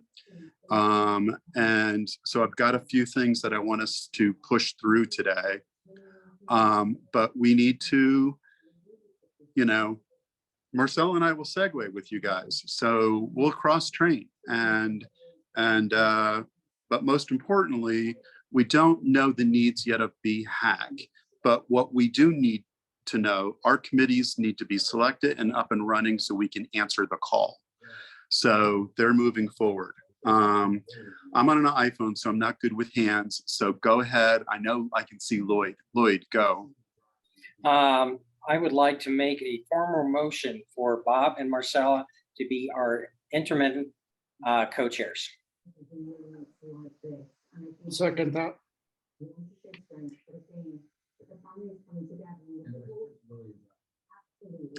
Is there discussion?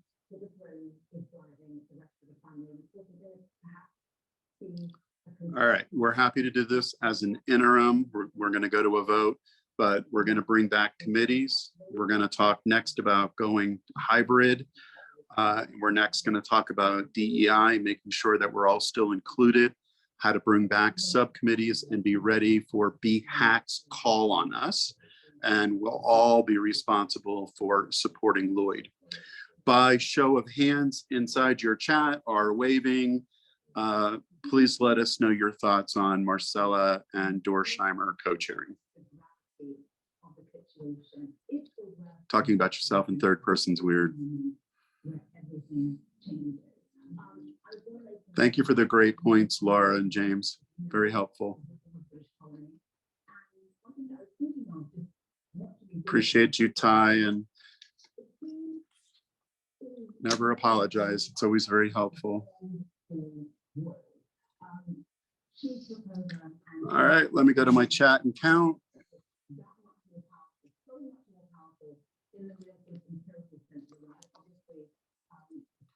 All right, if people can wave so I can count, if you didn't put it in the chat. All right, it passes. Welcome to your two new co-chairs.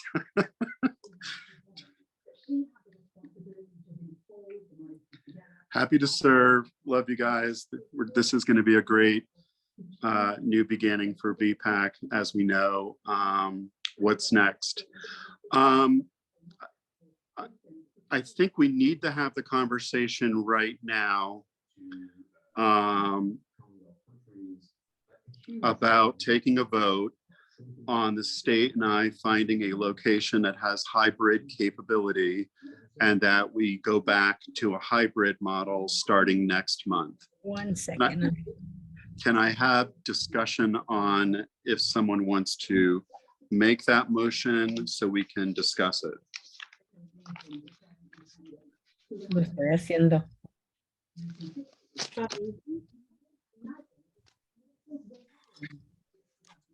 Public health orders have been lifted. Anyone want to make a motion to go to hybrid next month with technology? I'll make a motion, but I'll make a motion that we go to hybrid next month with technology. But I would like a chance for discussion. Perfect. Do I have a second? I'll second that. Can I have discussion? I think going to hybrid is very wise. I think it's some people can't use technology as well as they would like or want to. And so it's accessible for everyone. I feel my only request is if we go to a hybrid status, that we look for opportunities to move around the metro area, move around, not just focus in on the metro area meetings only. Yeah, we've agreed to that, Ty. I'm 100% supportive of that. To get us started, I would say the first few meetings should be stationaries, just because of having to move the electronics is difficult. So once we have better capabilities and we have more structure, we need to be mobile by all means, so that way we can address all of Colorado. So is there any other further discussion before I ask for this to be closed and move to a vote? Not really a discussion, but I like the idea of having it solidified in one spot for a couple of months. And then as we grow the statewide involvement from other organizations, people in recovery, treatment, all that, that'll open up opportunities to be able to use their facilities throughout the state so that we can move it. So I agree with you, Bob. Any further discussion from members? Discussion is closed. Bob, Yes. Oh, this is Yumiko from the BHA. For next month, though, I just want to say we will certainly do our best at the state to accommodate and find space and make sure it's suitable and has hybrid capabilities. I know, speaking for Donda, we've had run into lots of challenges recently trying to find space. And so just wanted to put that out there. 1 month is actually pretty short notice, but we will do our very best. I got you covered. I can host. Fabulous. Yes. So we have smart rooms because of the pandemic, but I didn't want to commit or be too strong. I want to give others the opportunity, but I can host for a period of time until BPAC is more stable and has a stable location. We do have the ability for people to call in if they're not able to do remote, but can call in, and we do have Zoom in the rooms. So it'll be a work in progress for the first meeting, so don't be too hard on me, but we've been doing it all through the pandemic. So, but I do have a place for us at least to kick us off, like I promised in August, but canceled because of public health orders. All right, for this to come to a close, please wave and put your vote into the hand that we are now moving to a hybrid model to bring back executive committee and group work. Please vote now by waving and putting your thumbs up or hands into the chat box so I can count. Bob, this is Margie.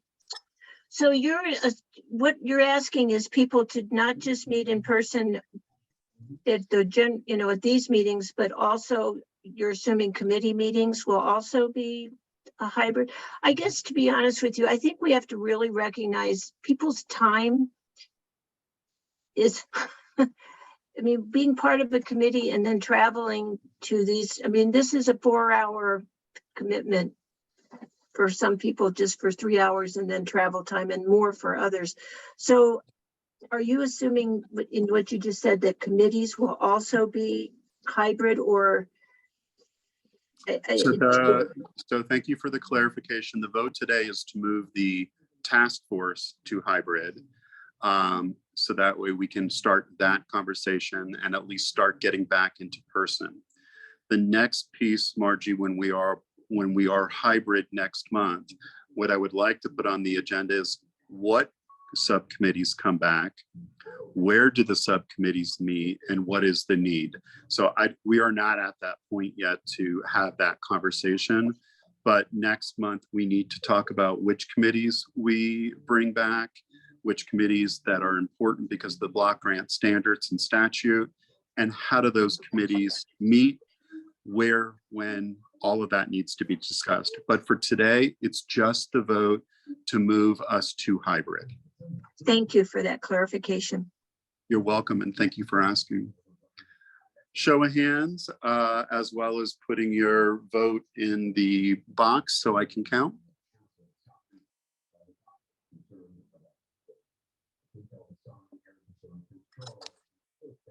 Okay, I see people waving. It passes.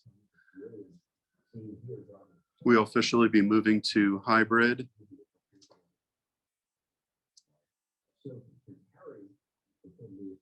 All right, thank you, everyone. This part of the agenda has closed. A lot of progress today, folks. Now, my favorite part, where we all get to chat and talk about amazing things happening in the community. Real quick, at 10:45, we were supposed to talk about strategic planning and the October commissioner briefing. I believe that will be happening on our next agenda. So that will happen unless there is something that needs to be discussed today before I move us too quickly. Okay. We're at the 11 o'clock part of the agenda. I want to start us off with Recovery Month and what's been going on in recovery. So let's start with Recovery Month. Okay, brothers and sisters in recovery, what's going on? Hi, everybody. This is Aaliyah. we have a special guest with us today, and her name is Megan Gallegos, and she works with the State Rehabilitation Council. We had Lorraine, hi Lorraine. We had Lorraine on the committee and she's no longer able to do it, but we wanted to make sure that everybody knows what this council is and the expectations and what we do. It is in statute that Bhpac have someone on that committee. So we don't have to choose who goes on that committee today. That is definitely not our reasoning for having her here. We can definitely do it later, but she's just here to let us know a little bit about it. So shouldn't take too much time. This definitely falls into recovery because it's all about employment. So I just thought we'd do it now. Welcome. We'd love to hear. Perfect. Hello, everyone. Thanks, Aaliyah. It's great to be here. You all are jam-packed today, so I will do my best to speed through this, at least give you a little bit of background, some information. So that way, if you decide you would like to join us on the State Rehabilitation Council, we would love to have you. And like Aaliyah said, it is in statute, so we do have to, adhere to that. But hopefully it's something you also feel passionate about as well. So if you give me 2 seconds here and give you a little bit of background, is everyone able to see my screen currently? Yes. Perfect. Okay. Possibly, maybe. State Rehabilitation Council, that's what I can see. May not let me here for whatever reason. I think you have to go to slideshow right there. Yeah, from the beginning, but it's putting it on the wrong slide for me. So helpful. Okay, so we'll just do it this way. Super quick. So State Rehabilitation Council, like Aaliyah said, we are very much partnering with the Division of Vocational Rehabilitation. Our main goal and purpose is to help people with disabilities find and maintain employment. So just some organizational structure. I'm not sure how many people are into all of that, but we do have federal and state mandates. So we are under RSA. We're under the Office of Special Education and Rehabilitation Services. DVR and SRC are partners, which means we fall under CDLE. So if that's of interest to you, that's kind of how they fit in. Direct relation, though, is the partnership between DVR and the SRC. And a little bit of history. How many people have heard of the Rehabilitation Act of 1973? Real good one. Real good one. Okay. So the important ones then are going to be the amendments of 1992 to the Rehabilitation Act of 1973. And that is where it was the Consumer Controlled Rehabilitation Advisory Council and statewide independent living councils were established. The 92 amendments identified that the advisory council's functions and requirements are that 51% are people with disabilities. So we do have a majority of individuals with disabilities that are on our council. It is something that obviously we're passionate about. Personal experience, helping us do better within the state is certainly a goal of ours. And then this kind of gets into a little bit about who serves on the Rehabilitation Council. So we have the Statewide Independent Living Council. We have a Parent Training and Information Center. We've got a lot of business, industry, and labor. So the best way to hear about how to help ensure the success of people with disabilities are those that are hiring. And then you'll see down here, per the executive order, we had the State Behavioral Health Planning Council get added in, as well as our Developmental Disabilities Council, and then a member at large. So that is where you will see the requirement for you all to come join us should you want to. And then a little bit about what we do. So why do you want to join? What benefit will it serve? This is really where you're going to get that information. So reviewing, analyzing, and advising DVR. So helping us ensure we are doing what we can for the people with disabilities throughout the state of Colorado. You, as part of the State Rehabilitation Council, help DVR with our goals and priorities. So that is ensuring that the goals and priorities we outlined in our state plan has ample feedback and opportunity for discussion and things like that. We submit an annual report every year from DVR, and the Rehab Council is very involved in that. It is a collaborative effort there. The big one is going to be your customer satisfaction. So we have an entire committee devoted to customer satisfaction for the individuals that DVR serves. They do surveys. They look at those populations that are unserved or underserved throughout the entire state. Their work is very heavily focused on ensuring that we are doing what we are supposed to be doing. And then we get into a little bit more about that annual report. Like I said, it is something we do on an annual basis. So we just started now, and it'll be due in 2 months. Super exciting there. And then working with other councils. So obviously we have the Independent Living Council. We've got the Developmental Disabilities Council. We've got our mental health councils, workforce development board. So we try to partner really heavily with a lot of other organizations that help people with disabilities and have a strong focus on employment. And then skip all those slides. And then it just goes to those litter supports. So any questions that you have, I would be your main point of contact, at least initially. You're more than happy to connect with any of our chairs, co-chairs, or chair-elects. And at any point, should you want to or be interested in attending in any of our meetings, they are open to the public. So you're always more than welcome to join, get more information. However we can best answer any questions for you, we would certainly love to do that. But yes, thank you for your time today. If anyone has questions, please let me know if you have time for that. If not, you can certainly email me. I want to let everybody know that Megan is literally at my fingertips. So if you have any questions and you just have my email on your email, go ahead and email me and I'll get the answers to that too. I'd just like to make a big plug for that organization. I'm sorry I couldn't continue. Now I was working with some deadlines at a new job and I couldn't get the application to you in time, Megan. It's was no reflection on SRC. You guys are doing great stuff and I'd encourage anyone to volunteer. Thank you, Lorraine. And Megan, thank you for bearing with us during a very heavy housekeeping day. We appreciate all of the information. Are there any members that have questions or thoughts for Megan? Megan, any departing words? I do not. Thank you all for your time today. It was great to be here. Enjoy the rest of your meeting though. Thank you so much.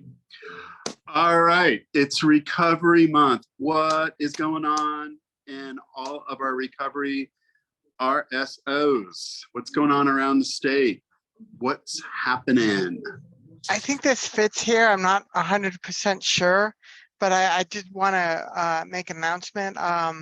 And I feel like it's recovery. Me and another individual awarded an individual grant a couple months back, and we had our first training in July to teach people to safely and effectively share their stories around vocation and the IDD neurodiverse community. We have another training coming up and again in October. I designed this training myself after helping many youth share their stories and then facing burnout. So I know, part of sharing your story is making sure that it's done safely and effectively and doesn't come back to bite you in the butt. So I just wanted to share that next month we should have another training. It's free to anyone. And I'm going to put in a YouTube video that talks a little bit about it, as well as the application form. For grant reasons, we're really focused in the Denver metro area with IDD neurodiverse community. However, if you know someone who has a employment story, I encourage you to fill it out anyway, because we're going to try and expand as soon as we can. Thank you. Congratulations. And I can't wait to see the work that you do. What else is going on in the recovery community? It's a big month. What's up? I'll hop in real quick, guys. Thank you, Tyler. Awesome. Yeah, it's Recovery Month. It's exciting. So I'll go through this quickly. I put this stuff in the chat too. This Friday is the Mobilized Recovery Bus Tour. It's stopping at AFR for a remembrance event and also a panel discussion about peers in the healthcare realm. And then Saturday this month is actually Pier 180, which is an RCO that represents the Western Slopes in Grand Junction. It's their rally for recovery as well. I'll be out there. So if you know anybody on that side of the hill, or if you want to make the trip to support local recovery events, that's another one this weekend. And then of course, September 17th, which is the following Saturday, is our main, the 21st annual Rally for Recovery at Civic Center Park. This year we are doing it differently, meaning we are not asking for any type of sponsorships to have tables and resources. We want to bring all resources to the rally so that they're all in one place for our communities of recovery. So if anybody is interested in having their organization have a table or a booth there, please reach out to me. I'll drop my email in the chat so that we can get you on the list.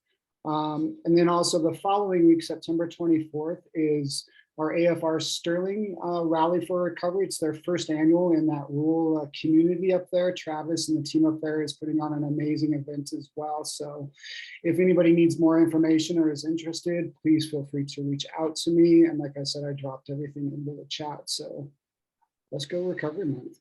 Are you guys really on a bus tour? We're not physically on it. Like it's going to 5280 High School, which is a private event. And then it's actually driving to AFR. Where we are in charge of doing like a remembrance with family members. We'll have our remembrance tree. And then there's a panel discussion with Raquel from Hard Beauty, Tanya Wheeler, and Dr. Don Stater about the importance of peers inside not only just the ERs, but the healthcare system in general.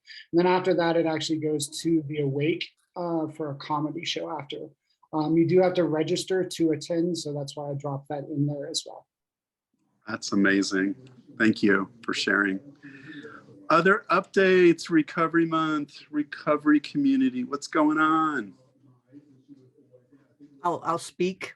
The Clubhouse Colorado Coalition sent some colleagues down to Colorado Springs to visit with Unity there.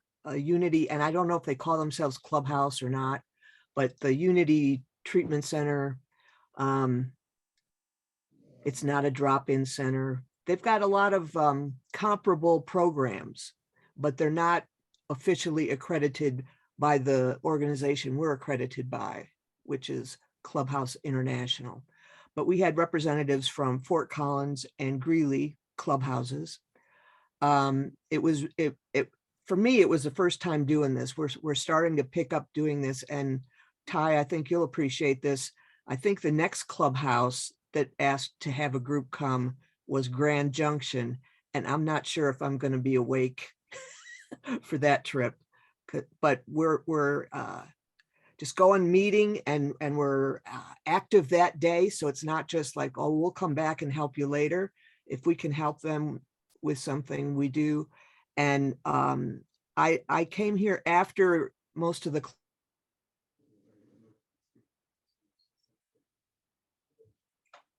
Lorraine.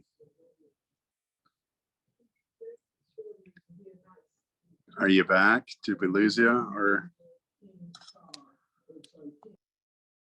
You know, I was thinking when that happened before to her that we should put on an agenda to try to recruit people from other areas and people in recovery and people in rural areas, that we should try to get money for, you know, any needs that people have to be able to join this meeting, that we should be able to help pay for that, for someone to be able to volunteer to join this meeting. That would be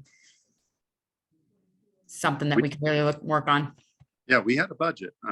We still need to talk what happened to the budget. It went away during the pandemic. Hopefully Lorraine comes back. Any other updates in the recovery community? On Sunday in Larimer County, there will be an Out of Darkness Suicide Awareness Walk in Fort Collins. That is at 10 a.m. at the Spring Canyon Park. If anybody wants to come up to Fort Collins for that Out of Suicide Darkness Prevention Month as well. Very big deal. Yeah. Say it again. Suicide Prevention Month. And God knows, everyone, it's been really high here in Colorado. If you're not familiar with the stats, unfortunately, we've lost a lot of people this year. Anything else? I'd just like to say that LifeRing Secular Recovery has started, it's going gangbusters with in-person meetings. We've really been only online until the last maybe 6 months or so. We have a new meeting at the Secular Hub every week, and one that just started at Well Power. Shout out to who is Stephanie? Yeah. Awesome. And we're going hybrid next month. All right. Any other announcements out of recovery? I'd just like to, this is Travis. I'd just like to kind of follow up about what James is talking about the rally here in Sterling. You know, anybody that gets this way or wants to come this way, you know, September 24th is going to be a day for remembrance here in Sterling. We're going to have a walk, you know, to remember those that haven't made it. We're also going to have a kids tractor pull. So any kid under the age of 12 can sign up for that. We're going to have a dunk tank. There's going to be a bounce house. You know, just a lot. We're really focusing around the youth. You know, I heard you talk about prevention. One of the best ways that we can see prevention work done in a rural area is just by giving kids something to do, right? And if we can get mom and dad to show up to bring their kids, then we can give them all the resources and information that they can need, or maybe they don't need and they didn't know they need. You know, so we are also doing kind of the similar thing where there is no sponsors. If you have resources that you would like to make known anywhere in the state of Colorado, again, get a hold of me. The information's on that. My information's on that flyer. Let's talk, you know, because I would like to get the resources that are in the state of Colorado to the people of this rural area, because I'm going to tell you, about 80 to 85% of the people that are here, we have to send elsewhere to get treatment, to get, you know, other things. So what resources are available in the state, it's really important to have in these areas. So if you would like to hand that information out or be a part of the rally, by handing out your resources, get a hold of me. I'll also throw my email and name and number in the chat, and you could reach out to me anytime. So thanks, Bob. The tractor pull makes me really excited. I grew up in Eastern Pennsylvania, Pennsylvania Dutch country, and that was part of our fairs was truck pulls, tractor pulls, and horse and buggy because of the Amish. So there was many different layers of the pool. But if you've not seen a teenager tractor pull, which is really fun, they take it very seriously and it's a good time. So that warms my heart hearing we got a tractor pull. All right, what else do we got going on in the recovery community?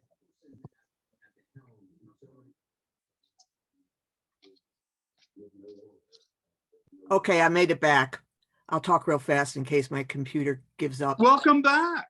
Yes, thank you. So Colorado used to have more clubhouses, but then something happened and a lot of them closed. So now we only have 2. So we're trying to expand it because it's really good evidence-based program. Yeah. And if your community or your agency is aware of a community where a clubhouse might be beneficial, just contact us and we'll touch base with them and start the process of them becoming a clubhouse or finding out more about it. Thank you. We appreciate you. Thanks for your patience, guys. Any other announcements out of the recovery community? Well, thank you to everyone in your hard work in supporting people living in recovery. We celebrate you this month.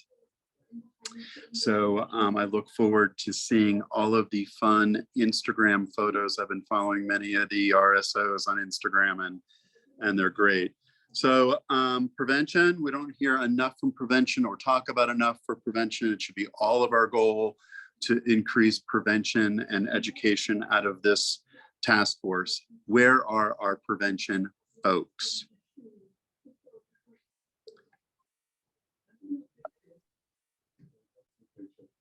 Again, this is Margie, and I think this is where we miss Bonnie because she really was, I think, our update person for what was happening from her world with prevention. So again, if there's any way we can Got to beef it up.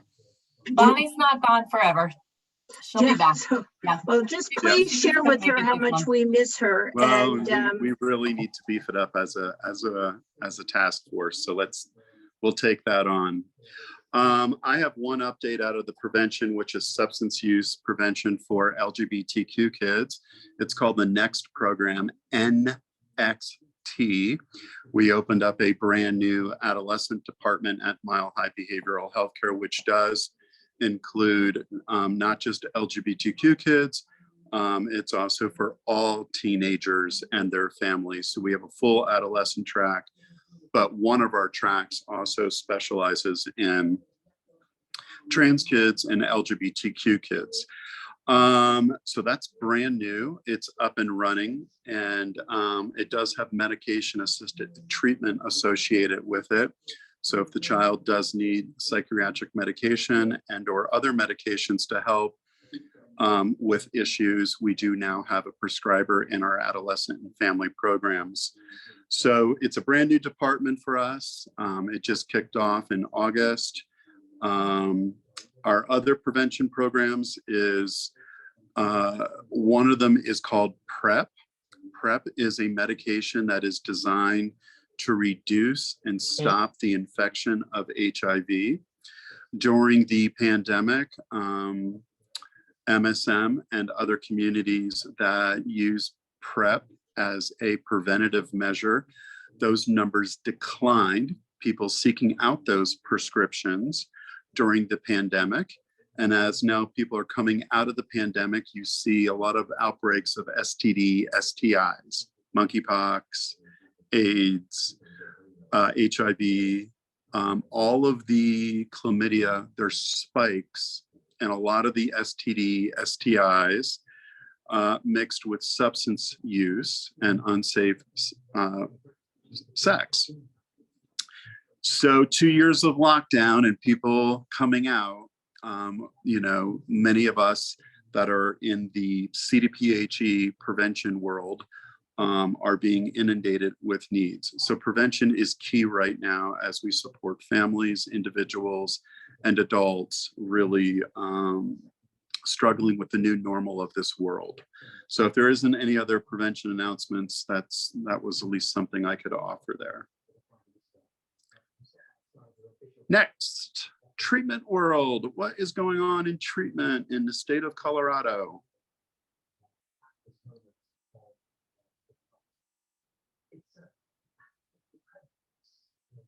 There is a couple of interesting things happening related to the workforce stuff, which is, the great resignation or the great turnover, whichever one you want to call it, to be honest, which is still a huge problem for organizations. But I'm curious too, if any of our folks here from the BHA or other state agencies have more information on this. There's recent news, I think, coming out about the Rays, who are the Medicaid payers in Colorado, kind of outlining some steps so that unlicensed or pre-licensed folks are able to bill to Medicaid. And with that, they seem to be coming up with some supervision rules, which is interesting because that's not necessarily really their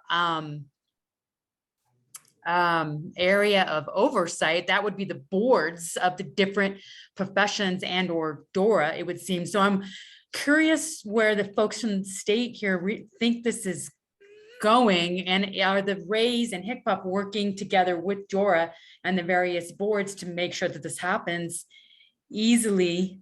Because on one hand, when you say, yes, let's add to billable providers, that's great. On the other hand, if you put in so many rules for supervision for those same providers, then none of the organizations that you are trying to empower to hire those folks are able to meet supervision rules. So does anyone have any more information on that and what's happening related to that?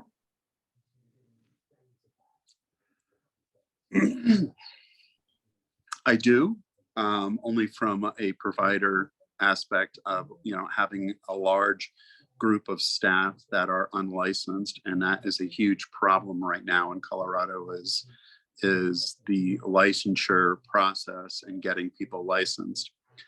I'm going to be very careful in what I say about the process.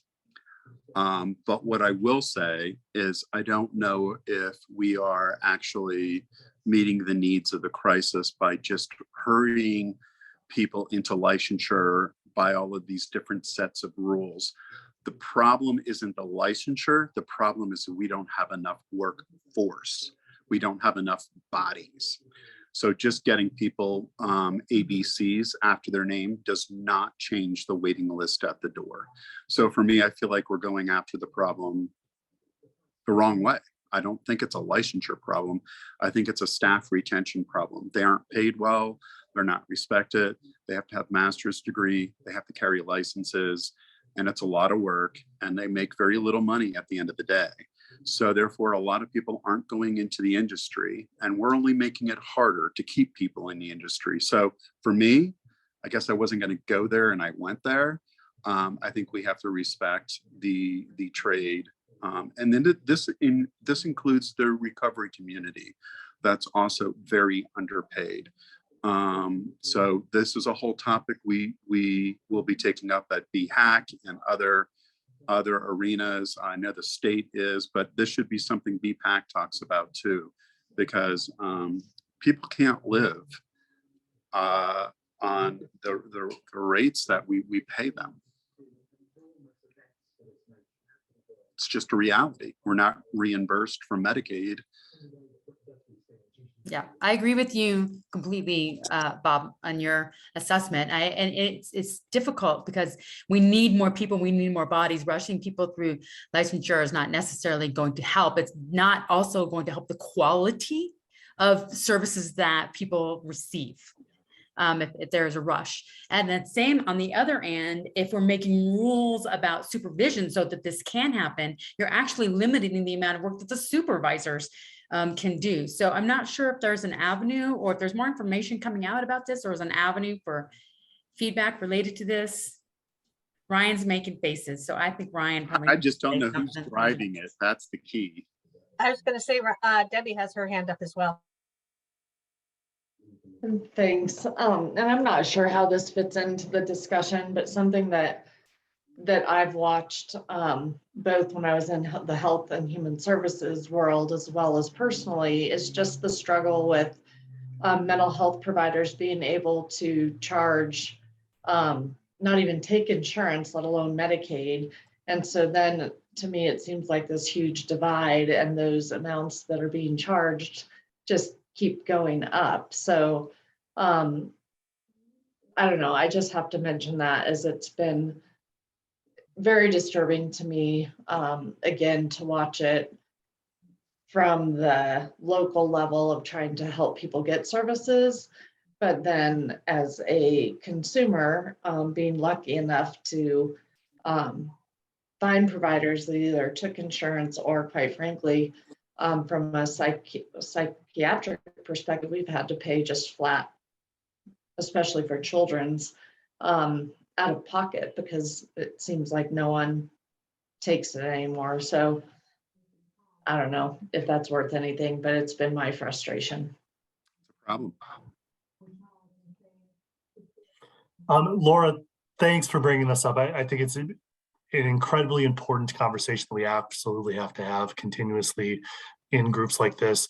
I will reach out to HCPF specifically about spent rate requirements, if it's HCPF requirements for what supervision looks like, because it feels like that's starting to creep into, just like you said, DORA board requirements, as well as potentially facility licensing and approval pieces that we're trying to standardize through our new process within the BHA. But also want to plug the workforce report that just came out last week on Friday. That was Senate Bill 181. We launched the strategic plan for workforce with that $38 million worth of funding, and what where that's going, what we're doing with that, working across state agencies to really try to address workforce shortages. So I think there is some collaborative efforts happening, but we just want to make sure that exactly if you're hearing these things from, hey, Razor requiring these things, like definitely let us know so we can get that to our workforce development director as well. Yeah, Yomiko put in the report in the chat there. Additionally, on that note, I mean, I think it's really important for us on Bhpac here is to continue to have these conversations related to workforce, because this is also a recommendation that comes out every 2 years from Bhpac about how can block grant funds be better utilized to support workforce, and just trying to connect that back to this upcoming year is a block grant application year. So like how is the state managing through recommendations from previous years and make sure that we are tracking this as Bhpac and making sure that the state is being held accountable to both the recommendations and how the state responded to those recommendations, and really create a more transparent network government structure, which is also a task of the BHA. So a long way of saying, yes, I will follow up. And I think this is the exact important piece why state agency representation is so important and so integral to Bhpac, and making sure that Medicaid is here at the table and can bring that directly back to their department as well. Yep, so I'll make sure that we have an agenda item for October to follow up with workforce, and specifically HICPA pieces and what they're potentially trying to do with the standardization.